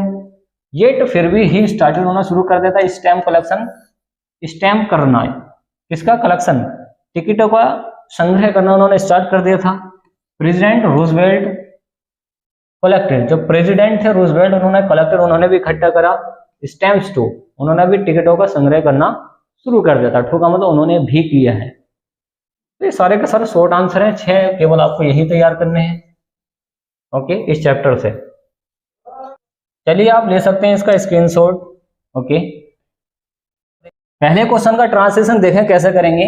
सवाल यह है कि डू यू थिंक, क्या तुम सोचते हो। सेंटेंस पहचानो ध्यान से, जहां पर आ जाए डू या डज, ये होता सेंटेंस प्रेजेंट का इंडेफिनिट। डू या डज हेल्पिंग वर्ब है किसके, प्रेजेंट के इंडेफिनिट सेंटेंस की। डू यू थिंक, क्या तुम सोचते हो, थिंक का मतलब होता है सोचना। दैट द थर्ड लेवल, जो तीसरा स्तर है, वॉज अ मीडियम, वो मीडियम मतलब होता है क्या होता है, रास्ता या माध्यम, वो मीडियम है, रास्ता है और स्कैप बच के निकलने का। तो स्कैप का मतलब होता है बचना, क्या होता है बचना, ध्यान पर रखियो, स्कैप का मतलब क्या होता है बचना। तो यहाँ पर बोला गया कि फॉर चार्ली के लिए भाई क्यों। अब सवाल की हिंदी पकड़े ध्यान से। सवाल यह है कि क्या तुम सोचते हो कि जो तीसरा वाला स्तर था जो उसने खोज करी थी किसने, चार्ली ने, वो रास्ता बना था बच के निकलने के लिए चार्ली के लिए, भाई क्यों। आंसर देखें, आंसर क्या है, Charlie was an ordinary man. ध्यान से देखें सेंटेंस कौन सा है, देखो ये सब्जेक्ट है, वॉज वर्ब में से कौन आ गया, वॉज आ गया है। सब्जेक्ट अगर सिमिलर होता तो क्या आता है, वॉज आता है, ध्यान पर रखियो। Charlie was an ordinary man, vowel से पहले क्या आता है, एन आता है, ये तुम्हें ध्यान पर रखना पड़ेगा। तो चार्ली क्या है, एक सामान्य व्यक्ति है। ऑर्डिनरी मैन का मतलब होता है सामान्य व्यक्ति, सिंपल आदमी, सामान्य व्यक्ति। तो यहां पर बोला गया कि चार्ली एक सामान्य व्यक्ति था। कौन, चार्ली के बारे में बात करी गई है। ही वॉज 31 ईयर्स ओल्ड, वह था, ये भी पास्ट का सिंपल सेंटेंस है। ही वॉज 31 ईयर्स ओल्ड, वह कितने साल का था, वह था 31 साल का। तो वह 31 साल का था। यहाँ पर जो ओल्ड है ये उम्र को दिखाएगा, वो कितने साल का था, 31 साल का था। हिज नेटिव, वह निवासी था। नेटिव का मतलब होता है निवासी, और निवासी का मतलब होता है जो जहां पर रहता है वो वहां का निवासी होता है। आगे बोला गया है हिज नेटिव, उसका जो निवास स्थान था, प्लेस का मतलब होता है स्थान, वॉज गैल्सबर्ग, वो क्या था, गैल्सबर्ग था। गैल्सबर्ग कहाँ पड़ता, अमेरिका में पड़ता है। आगे है इन इलिनॉइस, और इलिनॉइस गैल्सबर्ग के अंदर पड़ता है, वो वहां पे रहता है। आगे है ही स्पेंड का मतलब क्या होता है, बिताना। देखो स्पेंड का मतलब होता है बिताना, और स्पेंड होती है वर्ब की फर्स्ट फॉर्म, और यहाँ पर कौन सी आई है, वर्ब की सेकंड फॉर्म, ये आई हमारे पास स्पेंड का मतलब होता है बिताना या गुजारना। तो यहाँ पर सवाल ये है, देखो बताया क्या है कि ही वॉज स्पेंड, उसने बिताया था। देखो यहाँ पर सब्जेक्ट है ये, और सब्जेक्ट के बाद में वर्ब की सेकंड फॉर्म है। ऐसा कब होता है, पास्ट के इंडेफिनिट में। ही स्पेंट, उसने बिता दिया था, हिज चाइल्डहुड का मतलब होता है बचपन, तो उसने अपना बचपन बिता दिया था। देखो ही के साथ हमेशा क्या आता है, अपने की इंग्लिश क्या आती है, हिज आती है। उसने अपना बचपन बिता दिया था देयर, वहां पर, कहां पर, गैल्सबर्ग में। नाउ अब ही इज वर्किंग, अब वह काम कर रहा है। देखो सब्जेक्ट अगर सिंगुलर है तो कौन आएगा, इज आएगा। अब वह काम कर रहा है इन एन ऑफिस, देखो ये क्या है हमारे पास, ये बोबिल है, और बोबिल से पहले क्या आता है, एन आता है। वह अब काम कर रहा है इन न्यूयॉर्क, न्यूयॉर्क के अंदर वो काम कर रहा है। आगे है ही इज नॉट हैप्पी, वह खुश नहीं है। तो वह खुश नहीं है, देखो सेंटेंस कौन सा, प्रेजेंट का सिंपल इज आया है, सब्जेक्ट सिंगुलर है तो कौन आएगा, इज। वह खुश नहीं है, not happy with the city, city देखो सिटी लाइफ मतलब शहर की जिंदगी से, तो वो शहर की जिंदगी से खुश नहीं है। चार्ली वॉन्ट्स, चार्ली चाहता है, ये सब्जेक्ट है, ये वर्ब में कौन आ गया, एस, सेंटेंस बन गया प्रेजेंट का इंडेफिनिट। चार्ली वॉन्ट्स, चार्ली चाहता है टू एस्केप, वहां से बच के निकलने के लिए, कहां से, शहर से, जो सिटी लाइफ वो जी रहा था वहां से बच के निकलना वो चाहता है।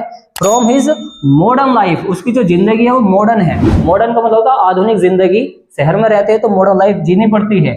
आगे है इन न्यूयॉर्क, न्यूयॉर्क में to girls work, girls work, तो गर्ल्स वर्क के अंदर वो क्या है, मॉडर्न लाइफ बिता रहा है, तो वहां से वो बच के निकलना चाहता है। आगे है द ग्रैंड सेंट्रल स्टेशन, जो ग्रैंड सेंट्रल स्टेशन है ऑफ न्यूयॉर्क, न्यूयॉर्क का हैज टू लेवल्स। देखो ये जो हैज आया है क्यों आया है, ये हमारे पास सब्जेक्ट कौन है, सिंगुलर है। द ग्रैंड सेंट्रल स्टेशन पूरा सिंगुलर सब्जेक्ट है, और सिंगुलर सब्जेक्ट के लिए क्या आता है, हैज आता है, और प्लूरल के लिए क्या आता है, हैव आता है। तो हैज आया है पोजीशन के लिए, अधिकार के लिए। द ग्रैंड सेंट्रल स्टेशन, जो ग्रैंड सेंट्रल स्टेशन है ऑफ न्यूयॉर्क, न्यूयॉर्क का हैज, उसमें है टू लेवल्स, दो स्तर। अब ये हैज का केस क्या है, पोजीशन के लिए क्यों आया, जैसे आपको सेंटेंस बोलना है मेरे पास पेन है, तो तुम बोलोगे आई हैव अ पेन, मेरे पास पेन है। पोजीशन के लिए सेंटेंस बनते हैज या हैव्स है, और यहाँ पर सब्जेक्ट क्या है, सिंगुलर है तो कौन आएगा, हैज। तो यहाँ पर ग्रैंड सेंट्रल स्टेशन पर क्या थे, दो लेवल से, दो स्तर थे। आगे देखें वन नाइट, वन नाइट का मतलब क्या होता है, एक रात। लास्ट समर, लास्ट समर का मतलब हो गया गर्मी की पिछली एक रात में चार्ली ने वर्कड काम किया था, ये भी पास्ट का इंडेफिनिट है क्योंकि वर्कड आया है। चार्ली ने काम किया था लेट, देर तक, लेट का मतलब क्या होता है, देर तक। एट द ऑफिस, ऑफिस में। अब देखो यहाँ पे ध्यान पे क्या रखना तुम्हें, छोटे स्थानों से पहले एट का यूज करते हैं अंदर के लिए, तो वो ऑफिस में उसने काम किया था। जैसा आपको लगाना एट होम, तो एट होम का मतलब क्या होता है, घर पर या घर में, तो छोटे स्थानों से पहले एट का यूज करते हैं। तो इसी वजह से यहाँ पे एट द ऑफिस करा है, ऑफिस में उसने काम किया है, ना कि इन द ऑफिस, गलत हो जाएगा। तो एट द ऑफिस आएगा इसके लिए। तो उसने, चार्ली ने देर रात तक काम किया है अपने ऑफिस में। आगे है ही वॉज इन अ हरी, वह जल्दी में था, हरी का मतलब होता है जल्दी, to get up down, up down, इसको अप डाउन लिखा जाएगा, ये डी है यहाँ पे। टू हिज अपार्टमेंट, अपने अपार्टमेंट में जाने के लिए, ये होता है तहखाना, ये होता है तहखाना, तो अपने तहखाने में जाने के लिए वो जल्दी में था। आगे है ही डिसाइडेड, उसने तय किया, ही डिसाइडेड, उसने तय किया, सब्जेक्ट है, ये वर्ब की सेकंड फॉर्म है तो पास्ट का इंडेफिनिट है। उसने तय किया टू टेक द सबवे, भूमिगत रास्ते से जाने के लिए, तो उसने तय किया कि वो भूमिगत रास्ते से जाएगा from grand Central Station, Grand Central station से, बिकॉज क्योंकि इट वॉज फास्टर, क्योंकि है तेजी से जाने वाला रास्ता था। कौन सा वाला, सबवे जो रास्ता था। देन की अपेक्षा, देन का मतलब होता है अपेक्षा, इसका मतलब होता है तुलना करने के लिए आता है। द बस, बस से, तो बस से जाने के लिए ये वाला रास्ता क्या फास्टर था। आगे है ही गॉट लॉस्ट, वह खो गया था। यहाँ पर ध्यान से देखें सेंटेंस कौन सा है, ये सब्जेक्ट है, वर्ब की सेकंड फॉर्म है, पास्ट का इंडेफिनिट फिर से बना है। ही गॉट लॉस्ट, वह खो गया था इन द सबवे, उस भूमिगत रास्ते में वो खो गया था। आफ्टर के बाद, वंडरिंग वो घूमा, तो वंडरिंग का मतलब होता है घूमना या भटकना। तो आफ्टर वंडरिंग, घूमने के बाद में क्या हुआ है, अप एंड डाउन, वो ऊपर नीचे घूमा है, भटक गया है। ही रीच्ड, वह पहुंच गया। फिर से देखो पास्ट का इंडेफिनिट है, तुम्हें ध्यान पे क्या रखना है, पूरी की पूरी जो स्टोरी चलती है, जो पास्ट में बीत चुकी है, वो पास्ट के सेंटेंस में चलती है, और जिसका नाम है पास्ट का इंडेफिनिट। तो पास्ट के इंडेफिनिट में सबसे ज्यादा स्टोरी चलती है, चाहे वो क्वेश्चन आंसर हो, आर्टिकल्स हो, कोई सा भी आर्टिकल्स हो, सब में, सब पेपरों में जितने भी आर्टिकल्स आते हैं सारे के सारों में ज्यादा से ज्यादा स्टोरी तुम्हें मिलेगी पास्ट के इंडेफिनिट में।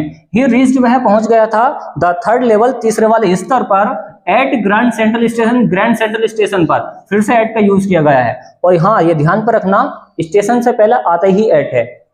एट ग्रैंड सेंट्रल स्टेशन में पहुंच गया है। ही सा, उसने देखा, फिर से देखो पास्ट का इंडेफिनिट है, फिर से यही वाली स्टोरी चल रही है। ही सा, सी की सेकंड फॉर्म होती है सा, सी होती है फर्स्ट, सेकंड होती है सा, और थर्ड होती है सीन। ही सा, उसने देखा, देयर वहां पर, एवरीथिंग, सब कुछ देखा। In contrast of the present time, उस प्रेजेंट टाइम में, उस वर्तमान समय में उसने वहां पर सब कुछ देखा है। आगे है ही सा अ न्यूज पेपर, उसने एक न्यूज़पेपर को भी देखा है, डेटेड, जिस पे डेट पड़ी हुई थी जून 11 मतलब 11 तारीख, जून की 11 तारीख पड़ी हुई थी 1894। इस डेट का वो न्यूज़पेपर था, वहां पे उसने पढ़ा था वो। आगे है ही वांटेड, वह चाहता था 2 टिकट्स, 2 टिकट को लेना, वो 2 टिकट लेना चाहता था टू गेल्सबर्ग, गेल्सबर्ग के लिए, तो वो गेल्सबर्ग के लिए 2 टिकट लेना चाहता था। तो ये सारी के सारे इसकी कहानी आपको पता होनी चाहिए, जिससे कि आप ये लिख पाए इसके सेंटेंस बना के। और कर देते हैं हम इसको क्लीन और ले सकते हैं इसका स्क्रीनशॉट।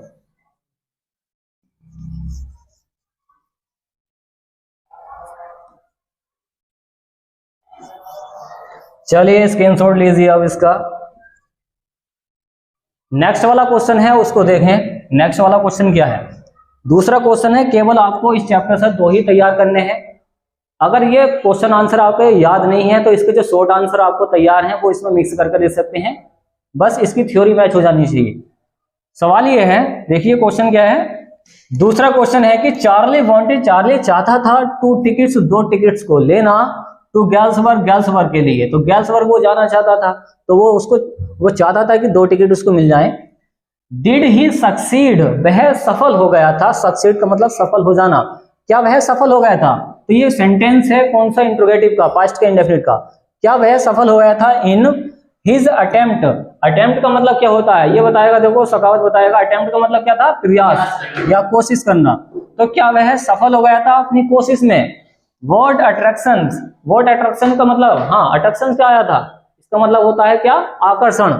तो क्या उसको आकर्षण लगा था? Did he have for Galesburg, Galesburg के लिए, तो किस चीज से वो आकर्षित हो गया था गेल्सबर्ग जाने के लिए? आंसर देखें, आंसर का ट्रांसलेशन देखें कैसे होगा। चार्ली वेंट, चार्ली चला गया। देखो ये सब्जेक्ट है, गो की सेकंड फॉर्म क्या होती है? वेंट होती है। तो चार्ली चला गया था टू द टिकट, टिकट लेने के लिए विंडो, विंडो पर। अगर टिकट लेने जाओगे तुम कहां पर? ट्रेन के लिए टिकट लेने जाओगे तो विंडो पर जाना पड़ता है, तो वही वाली बात चल रही है। चार्ली चला गया था टिकट लेने के लिए विंडो पर ऑन द 3rd लेवल, तीसरे स्तर की, तीसरा वाला जो लेवल चल रहा था उसका, एट ग्रैंड सेंट्रल, जो ग्रैंड सेंट्रल का स्टेशन था, ठीक वहां पे वो तीसरे स्तर के लिए टिकट लेने चला गया था। ही आस्क्ड, उसने पूछा, द क्लर्क, क्लर्क से। अब ये क्लर्क कौन होता है? जो वहां पर काम करता है, कहां पर? उस विंडो पे। तो ही आस्क्ड, उसने पूछा था क्लर्क, क्लर्क से फॉर 2 टिकट्स, 2 टिकट्स के लिए। वो मांग रहा था कि हमें 2 टिकट्स दे दो तो गेल्सबर्ग, गेल्सबर्ग के लिए। द क्लर्क, वो जो क्लर्क था उसने कैलकुलेटेड, कैलकुलेटेड का मतलब होता है गणना करना या गिनती करना। तो यहाँ पर क्या है कि द क्लर्क, उस क्लर्क ने कैलकुलेटेड मतलब गणना करी है, बिल बताया उसको जोड़ के। द फेयर, फेयर का मतलब होता है किराया, तो टोटल किराया बताया उसको ट्रेन से जाने का। वह जब चार्ली गैब, चार्ली ने दिया। गिव की सेकंड फॉर्म क्या होती है? गैब होती है। इसका मतलब क्या होता है? दिया। तो यहां पर बोलेंगे जब चार्ली ने उसको दिया, क्या दिया? हिम, उसे, द विल्स, बिल दिया। पास्ट में बोलेंगे क्योंकि पास्ट का सेंटेंस है। उसको जब उसने बिल दिया द क्लर्क, क्लर्क को, तो क्लर्क ने क्या किया? उससे आस्क्ड, पूछा, आस्क्ड पूछा हिम उससे, इफ ही वांटेड, क्या तुम चाहते हो टू स्कैंडल, स्कैंडल का मतलब होता है घपला करना। तो ये जो क्लर्क है ये कहता कि तुम क्या मेरे साथ घपला करना चाहते हो, स्कैंडल करना चाहते हैं हिम। आगे है चार्ली टर्न्ड अवे, चार्ली मुड़कर चला गया, एंड गोट आउट फास्ट, तेजी से चला गया है, मतलब इसने गलत पैसे चुका दिए वहां पे। आगे है the bills were not valid, उसका जो बिल था, उसने जो पैसे चुकाए थे वो नॉट वैलिड था, मतलब उस टाइम पे उसकी करेंसी नहीं चल रही थी। तो नॉट वैलिड का मतलब होता लागू नहीं होना, मतलब उसने पैसे सही वाले नहीं दिए। आगे है फॉर द ईयर 1894, 1894 में जो उसने बिल चुकाया था वो नॉट वैलिड था, वो लागू नहीं था, उसके बारे में बताया गया है। आगे है it was a wonderful town, यह एक आश्चर्यजनक क्या था? टाउन था। टाउन का मतलब क्या होता? कस्बा, क्या होता? कस्बा, तो कस्बा था। It had big old frame houses, it मतलब यहाँ पर, जहां पर ये गया है तीसरे लेवल में, इट यहाँ पर had big old frame houses, यहाँ पर बड़े बड़े घर थे, हाउसेस का मतलब घर थे। आगे है इट हैड ह्यूज लॉन्स, यहाँ पर बड़े बड़े घास के मैदान थे, लॉन्स का मतलब होता है घास के मैदान। It had very large trees, यहाँ पर बहुत बड़े बड़े क्या थे? पेड़ थे, लार्ज ट्रीज पेड़ थे। हुज ब्रांचेस, जिसकी शाखाएं, हुज ब्रांचेस, जिसकी शाखाएं, पेड़ों की शाखाएं मेट, मिल रही थी। ओवरहेड, ऊपर से नीचे तक, एक पेड़ होता बड़ा सा, उसकी पेड़ की जो शाखाएं हैं वो नीचे तक मिल रही थी, उसको बता रहे हैं ओवरहेड। एंड कवर्ड, उसने ढक लिया था उसकी शाखाओं ने, उसकी टहनियों ने। कवर्ड का मतलब ढक लिया, द स्ट्रीट्स, गलियों को, जो छोटी छोटी गली थी, जो रास्ते थे उनको ढक लिया है। दी इवनिंग्स, देखो ये बोबिल है, बोबिल से पहले इसको क्या पढ़ते हैं, दी पढ़ते हैं। दी इवनिंग्स, शाम में क्या हुआ, जो शाम थी इन 1894 की, मतलब 1894 की जो शाम थी, वर वेरी लॉन्ग, बहुत बहुत लंबी थी। बता ये रहे हैं कि जब 1894 की डेट थी, उस टाइम का जो समय था, उस टाइम पर जो शाम हुआ करती थी वो लंबी लंबी हुआ करती थी। आगे है पीपल सेट आउट, जो लोग थे, इसको पीपल पढ़ा जाता है सेट। देखो सिट की सेकंड फॉर्म क्या होती है, सेट। लोग बैठ गए थे कहां पर, आउट मतलब बाहर जाकर, ऑन देयर लॉन्स, अपने घास के मैदान में। तो जो उनके घास के मैदान थे बड़े बड़े घर के आगे, तो वो उन मैदानों में जाकर बैठ जाते थे। सिट की सेकंड फॉर्म सेट आई है तो बैठ जाते थे। द मैन, इसको क्या बोलेंगे, द मैन। ये जो मैन है ये प्लूरल है, क्या है, तो यहाँ पर कई सारे आदमी आए हैं, मैन का मतलब कई सारे आदमी हैं। ये द मैन स्मोक्ड, वो जो आदमी थे वो धूम्रपान करते थे, किसका, सिगार्स का, सिगार्स का वो धूम्रपान करते थे। एंड और टॉक्ड, टॉक्ड का मतलब होता है बातचीत करना, क्वाइटली चुपचाप, और वो चुपचाप वहां पे घास के मैदान में जाकर बातचीत करते थे। ठीक, तो इस तरीके से आप कर सकते हैं। आप इसका ट्रांसलेशन, बस इसके सारे के सारे मीनिंग याद होने चाहिए, और इसकी स्टोरी ध्यान पर रखें, और कुछ बना के लिख सकते हैं इसको, स्टोरी को ध्यान पर रखें, तो इससे क्वेश्चन आंसर सारे के सारे लिखे जाते हैं, और ले सकते हैं इसका स्क्रीनशॉट। इंग्लिश का सप्लीमेंट्री का चैप्टर चल रहा है, और सप्लीमेंट्री का चैप्टर है दूसरा वाला, the tiger king. The tiger king के पढ़ेंगे हम इस वीडियो में शॉर्ट आंसर्स, जो काफी इंपॉर्टेंट है एग्जाम के लिए। तो देखिए पहला क्वेश्चन क्या है, इसमें केवल इसके शॉर्ट आंसर्स पढ़ेंगे इस चैप्टर के। तो पहला क्वेश्चन क्या है, इसका ट्रांसलेशन देखें, इंग्लिश टू हिंदी में कैसे करेंगे, हिंदी कैसे निकालते हैं वो सुने। पहला क्वेश्चन है कि who is the tiger king, tiger king कौन है। सेंटेंस है प्रेजेंट का सिंपल, तो टाइगर किंग कौन है। व्हाई डज ही गेट, उसका नाम क्यों, गेट पड़ा डेट नाम, तो उसका नाम टाइगर किंग क्यों पड़ा था। आंसर देखें, सर जिलानी जंगजंग बहादुर, इनका जो नाम है ये पूरा नाम बताएंगे इसमें, सर जिलानी जंगजंग बहादुर द महाराजा, ये महाराजा हैं, महाराज हैं, ऑफ प्रीतिबंदनपुरम, प्रीतिबंदनपुरम ये यहाँ के महाराज हैं, इज द टाइगर किंग, और इनका नाम क्या है, टाइगर किंग है, बाघ राजा है। व्हेन, जब द प्रिंस, प्रिंस होता है राजकुमार, वॉज 10 days, जब राजकुमार 10 दिन का था। ओल्ड यहाँ पर क्या है, उम्र को दिखाएगा, वो जब कितने दिन का था, 10 दिन का था, कौन, प्रिंस। द एस्ट्रोलॉजर, ये एस्ट्रोलॉजर है, एस्ट्रोलॉजर का मतलब होता है ज्योतिषी, क्या होता है, ज्योतिषी। और ज्योतिषी कौन होता है, जो भविष्य के बारे में कुछ बताता है कि ये होने वाला है। तो जो एस्ट्रोलॉजर था उन्होंने प्रेडिक्टेड, भविष्यवाणी की थी। प्रेडिक्टेड का मतलब था भविष्यवाणी करना, डेट ही वुड बी, कि उसे मार दिया जाएगा, किसको, प्रिंस को। वाई, द टाइगर, टाइगर के द्वारा, तो टाइगर के द्वारा उसको मार दिया जाएगा। आगे है देन, तब द प्रिंस, प्रिंस ने अटर्ड ये प्रतिज्ञा ले ली, कहा कि ली टाइगर्स बिवेयर, यहाँ पर जो टाइगर्स हैं वो सब जागृत हो जाओ, सब जने जान लो, किसके बारे में, टाइगर्स के बारे में, कि ही डिसाइडेड, उसने निर्णय ले लिया है। अब वो टाइगर से कह रहा है कि मैंने निर्णय ले लिया है, डिसाइड कर लिया है, टू किल, मारने का 100 टाइगर्स, 100 टाइगर्स को। सो इसलिए ही गॉट द नेम, इसलिए उसका नाम पड़ गया of tiger king, tiger king उसका नाम पड़ गया इसी वजह से। तो सवाल ये था कि टाइगर किंग नाम क्यों पड़ा था, क्योंकि इसने प्रतिज्ञा ले ली थी 100 टाइगर्स को मारने की। तो कर देते हैं इसको क्लीन, और ले सकते हैं इसका स्क्रीनशॉट, ये हो चुका है क्लीन, और ले सकते हैं इसका स्क्रीनशॉट। देखो नेक्स्ट वाला क्वेश्चन क्या है, क्वेश्चन नंबर 2 देखो आप।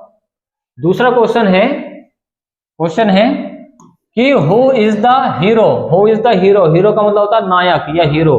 तो यहाँ पर कौन है, हीरो कौन है ऑफ द स्टोरी, इस कहानी का, the tiger king. The tiger king जो कहानी है, इसका नायक कौन है, इसका हीरो कौन है। How may he we identified, identified का मतलब था उसकी पहचान कर ली गई है, उसकी पहचान कैसे करी है कि इस कहानी का नायक कौन है। आंसर है the Maharaja of Pratibandapuram is the hero of this story. देखिए जो महाराज है यहाँ के प्रतिबंदनपुरम के, वो कौन है, हीरो है, नायक है ऑफ दिस स्टोरी, इस कहानी के। आगे है ही इज आइडेंटिफाइड, उनकी पहचान कर ली गई है, एज के रूप में, हिज हाइनेस, उनके हाइनेस के रूप में, जामेदार, जनरल, किलेदार, मेजर, सत वाइग्रा संहारी, ये इतनी सारी इनको उपाधियां दी गई हैं, मतलब इतने नामों से इनको पुकारा जाता है। आगे है महाराजा धीराज, विश्व भुवन सम्राट, इस नाम से भी इनको कहा जाता है। कि आगे है सर जिलानी जंगजंग बहादुर, जो सर जिलानी जंग बहादुर हैं, इस नाम से भी इनको पुकारा जाता है। बट परंतु हिज नेम, इनका जो नाम पड़ा है, इज ऑफन अक्सर शॉर्टन्ड, संक्षिप्त रूप में इनको जो पुकारा जाता है to the tiger king, tiger king के नाम से इनको पुकारा जाता है, कहा जाता है। इतने सारे नामों को छोड़कर केवल एक नाम इनका चला है, द टाइगर किंग। तो इस तरीके से इसका भी ट्रांसलेशन कर सकते हैं, बस सारे के सारे इसमें नाम दे रखे हैं और कुछ नहीं है। चलिए नेक्स्ट वाला क्वेश्चन क्या है उसको देखें और ले सकते हैं इसका स्क्रीनशॉट। नेक्स्ट वाला क्वेश्चन है, क्वेश्चन नंबर 3 है, वो देखें। देखिए क्वेश्चन नंबर 3 क्या है, व्हाट डिड द एस्ट्रोलॉजर से, तो एस्ट्रोलॉजर ने, ज्योतिषी ने क्या कहा, से का मतलब होता है कहना, क्या कहा था। He would do if the Maharaja, कि वो क्या करेगा अगर महाराजा ने किल्ड मार दिए द 100th टाइगर, मतलब 100वां टाइगर अगर महाराज ने मार दिया है तो जो ज्योतिषी है वो क्या करेगा। अब इसका आंसर देखें, वो क्या करेगा ज्योतिषी। दी एस्ट्रोलॉजर, जो एस्ट्रोलॉजर है, रिप्लाइड, उसने उत्तर दिया है, रिप्लाइड किया है कि डेट की ही वुड कट ऑफ, वह काट देगा, कट ऑफ का मतलब होता है काट देना, तो वो काट देगा हिज टफ्ट, टफ्ट का मतलब होता है दाढ़ी मूछ, तो वो अपनी दाढ़ी मूछ को काट देगा, तो वो दाढ़ी मूछ को काट देगा, वो क्रॉप हिज हेयर, और अपने बालों को भी काट देगा। तो जो एस्ट्रोलॉजर है वो ये कह रहा है कि अगर महाराज ने अगर 100वां टाइगर मार दिया तो मैं अपनी दाढ़ी मूछें कटवा दूंगा और बाल भी यहाँ पे उतरवा देगा वो। अगर है ही वुड टीयर, और वह फाड़ देगा, टीयर आपका मतलब होता है फाड़ देना, ऑल हिज बुक्स, अपनी सारी किताबें, तो अपनी सारी किताबें फाड़ देगा एस्ट्रोलॉजर की, ऑन एस्ट्रोलॉजी, एस्ट्रोलॉजी पर जो उसकी लिखा हुई है, मतलब ज्योतिषी जो किताबें हैं इसकी ज्योतिषी वाली, वो सब फाड़ देगा, काट देगा उनको। आगे है एंड और सेट फायर, और उनमें आग लगा देगा, किसमें, किताबों में, टू देम, उनमें, किसमें, किताबों में, तो उसमें वो आग लगा देगा। उसने ऐसा कहा है कि अगर उसने 100वां टाइगर मार दे तो मैं ये सारे काम करूंगा। नेक्स्ट वाला है what did the Maharaja wow, wow का मतलब होता है प्रतिज्ञा, का मतलब होता है प्रतिज्ञा, क्या होता है प्रतिज्ञा। तो यहाँ पर सवाल यह है कि what did the Maharaja, Maharaja ने क्या, वॉव का मतलब होता है प्रतिज्ञा ली, उसने क्या प्रतिज्ञा ली है। आंसर देखें, द महाराजा, जो महाराजा है वॉव, उन्होंने प्रतिज्ञा ली है, प्रतिज्ञा का मतलब होता है कोई दृढ़ निश्चय करना। ही वुड अटेंड, वह अटेंड करेगा, शामिल हो जाएगा, टू ऑल अदर्स मैटर्स, अन्य कामों में, तो वो ये कह रहा है कि वो अन्य कामों में क्या हो जाएगा, शामिल हो जाएगा। ओनली आफ्टर किलिंग, मारने के बाद में, द 100 टाइगर्स, 100 टाइगर्स को, तो 100 टाइगर्स को मारने के बाद वो अन्य कामों में व्यस्त हो जाएगा। तो इस तरीके से आप इसका भी ट्रांसलेशन कर सकते हैं। तो इस तरीके से वो प्रतिज्ञा लेता है कि वो 100 टाइगर्स को मार के ही छोड़ेगा। क्वेश्चन नंबर 5 क्या है वो देखें। क्वेश्चन नंबर 5 में क्या दे रखा है, देखो, हु वर फेम्ड फॉर स्वाइलिंग, कौन फेमस थे, कौन प्रसिद्ध थे, स्वाइलिंग का मतलब होता है निगल जाने के लिए, सीप, भेड़ों को, होल इन द किंगडम, पूरी की पूरी राजधानी में, पूरे के पूरे राज्य में कौन ऐसे लोग फेमस थे जो पूरी भेड़ को निगल जाते थे, ऑफ द महाराजा, महाराजा की, जो महाराजा की किंगडम थी उसमें ऐसे कौन से लोग थे जो भेड़ों को पूरा निगल जाते थे। आंसर है देयर वर 2 men, वहां पर 2 व्यक्ति थे, 2 व्यक्ति थे जिसका नाम है कादर मियाँ, कादर मियाँ थे जो पूरी भेड़ को निगल जाते थे, कादर मियाँ साहब हैं, एंड वीरासामी नाइकर हैं, वीरासामी नाइकर हैं, ये पूरी भेड़ को निगल जाते हैं। आगे है इन द किंगडम, पूरी की पूरी राजधानी में, ऑफ द महाराजा, महाराजा की, हु वर फेमस, जो प्रसिद्ध हैं, फॉर स्वाली, निगल जाने के लिए, सीप, भेड़ों को, होल, पूरी की पूरी, ये 2 लोग फेमस हैं, पूरी भेड़ निगल जाते हैं। नेक्स्ट वाला क्वेश्चन है how was the 100 tiger killed, how कैसे, 100वां टाइगर कैसे मरा था, किल्ड का मतलब होता मरना, 100वां टाइगर कैसे मर गया था। आंसर देखें, द 100 टाइगर, जो 100वां टाइगर था, टाइगर वॉज नेवर किल्ड, वो कभी भी मारा नहीं गया था, नेवर किल्ड का मतलब होता कभी नहीं मारा गया था, बट परंतु इट बिकेम, वो हो गया था, the cause of the Kings death, परंतु वो कारण बना था, कॉज का मतलब कारण बना था, किंग्स डेथ, राजा की मृत्यु का। तो ले सकते हैं इसका भी स्क्रीनशॉट। चलिए नेक्स्ट वाला क्वेश्चन देखें, नेक्स्ट वाला क्वेश्चन क्या है, क्वेश्चन नंबर 7 है, वो देखें, what will the Maharaja do to find the required a number of tigers to kill, what will the Maharaja, Maharaja ने क्या, डू टू फाइंड, क्या करने के लिए, रिक्वायर्ड मतलब प्राप्त करने के लिए उसने क्या किया, अ नंबर ऑफ टाइगर्स मतलब टाइगर्स को मारने के लिए, टाइगर्स की संख्या को देखने के लिए कि कहां पर टाइगर्स मिलेंगे, उनको मारने के लिए उसने क्या किया है। आंसर है द महाराजा, जो महाराजा थे उन्होंने किल्ड, मार दिए, 70 टाइगर्स मतलब 70 टाइगर्स उसने मार दिए हैं, विद इन 10 ईयर्स, 10 सालों के अंदर, 10 सालों के अंदर उसने 70 टाइगर्स तो मार दिए हैं। देन तब ही मैरिड, और उसने शादी कर ली है, 70 टाइगर्स मारने के बाद में उसने शादी करी है, क्यों करी है बताएंगे। अगर एक ऐसी लड़की से फ्रॉम द स्टेट, कि उसके स्टेट में क्या मिल जाएंगे, टाइगर्स मिल जाएंगे मारने के लिए, इस वजह से शादी कर लिया। Which had a large number of, जहां पर बहुत बड़ी संख्या में क्या है, ऑफ टाइगर्स हैं, तो ऐसी लड़की से शादी करिए जिसके राज्य में बहुत सारे टाइगर्स हैं और इसको मौका मिल जाता है उनको मारने के लिए। आगे है द महाराजा किल्ड, महाराजा ने किल्ड 5, तो उसने मार दिए फिर से 5 और 6 टाइगर्स उसने मार दिए हैं।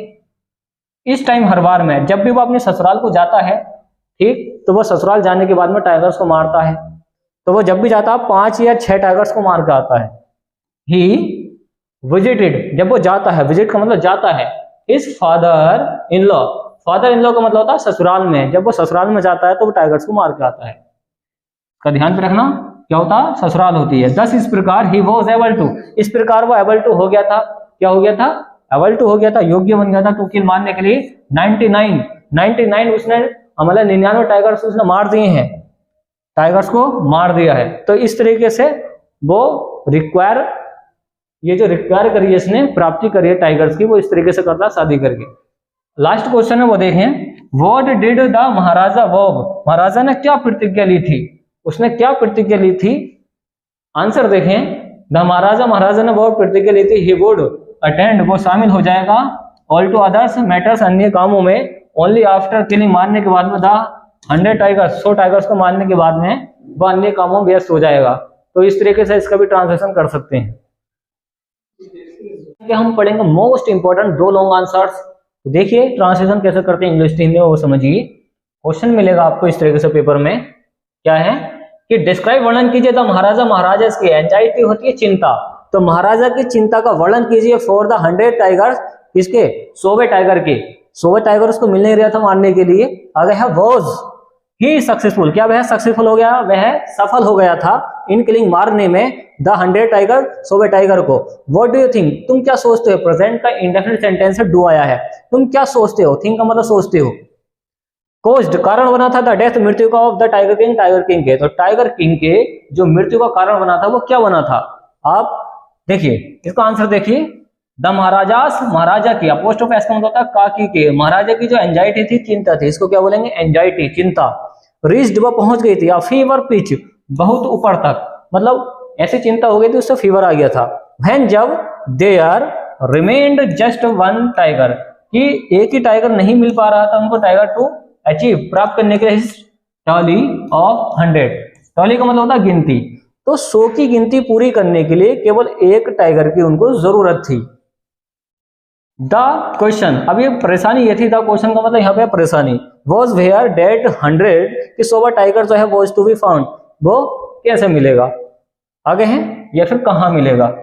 क्वेश्चन ये था कि वेयर, कहाँ, द 100 टाइगर, 100 जो टाइगर है, वॉज टू बी फाउंड, कहाँ ढूंढने, ये सवाल था कि 100 टाइगर मिलेगा कहाँ। महाराजा वॉज वेरी सैड, महाराजा बहुत ज्यादा सैड थे, दुखी थे, बट परंतु सुन, जल्द ही, हैप्पी, एक खुशी की खबर आ गई, न्यूज कैम, कम की सेकंड फॉर्म कैम, तो जल्दी ही क्या हुआ, एक खुशी की खबर आ गई है। द विलेजर्स, गांव वाले, जो विलेजर्स होते हैं गांव वाले, ऑफ, देखिए कहाँ के, ऑफ अ हिल साइड, पहाड़ी की तरफ जो रहने वाले गांव वाले थे, विलेज इन हिज ऑन, उनके खुद के गांव में, स्टेट रन टू इन्फॉर्म, उनके खुद के गांव के, कहाँ के, उसके राज्य के, रन टू इन्फॉर्म, उनको सूचित करने के लिए आए, किसको, द महाराजा, महाराजा को, डेट अ टाइगर, एक जो टाइगर है वॉज एट वर्क, वहां पे भेड़ बकरे को खा रहा है।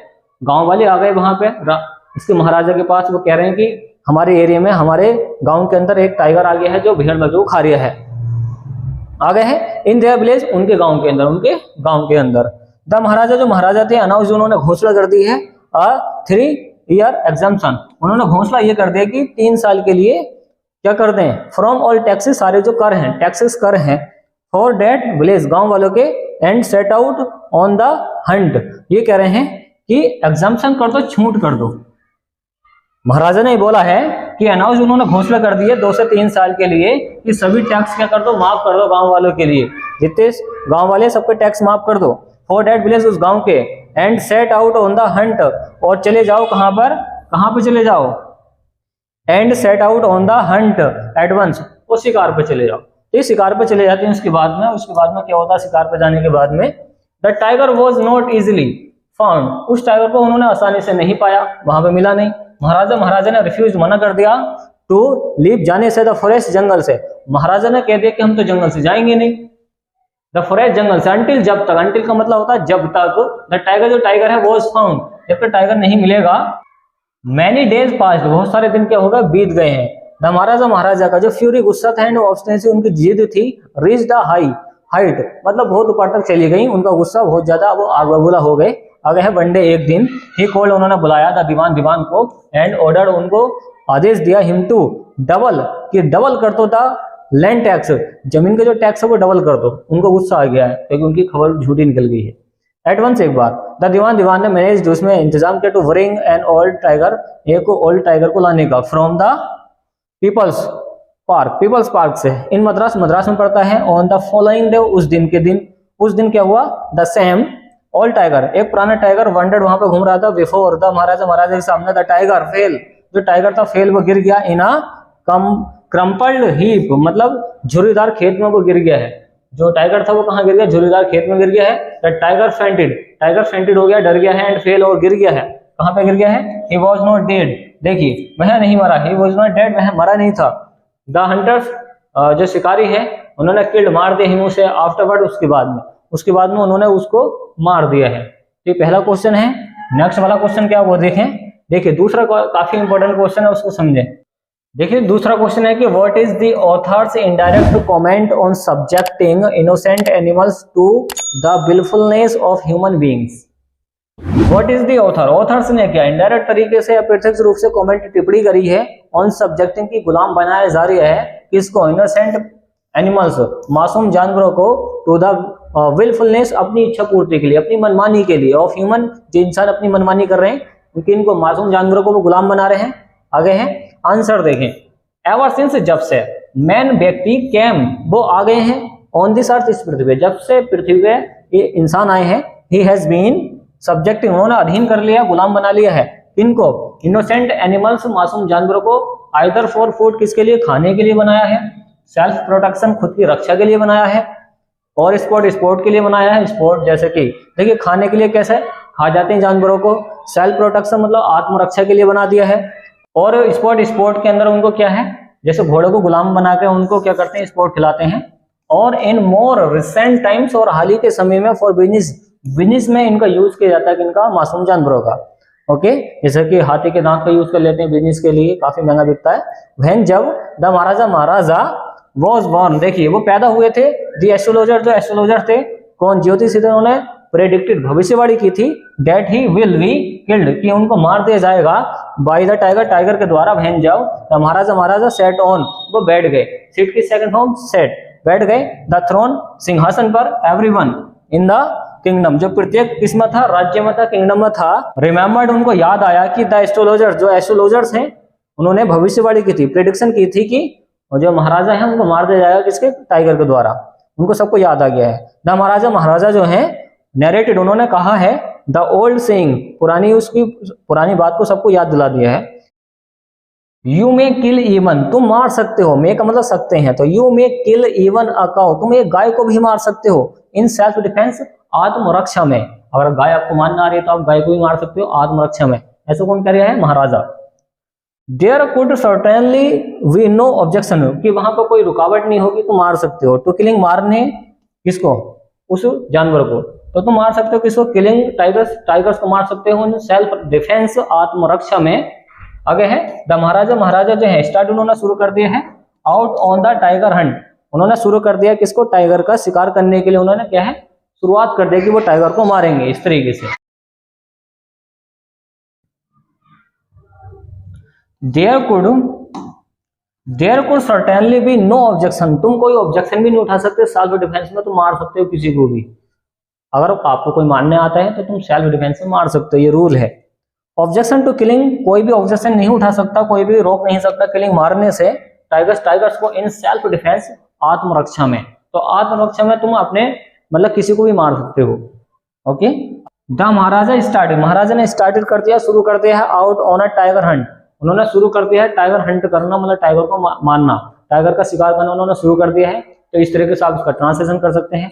उम्मीद आपको वीडियो पसंद आएगी, तो वीडियो को लाइक एंड शेयर कीजिए, चैनल को सब्सक्राइब कीजिए। थैंक फॉर वॉचिंग गाइस, मिलते हैं एक ऐसी नेक्स्ट वीडियो में जो काफी इंपॉर्टेंट होगी एग्जाम के लिए। Okay friends.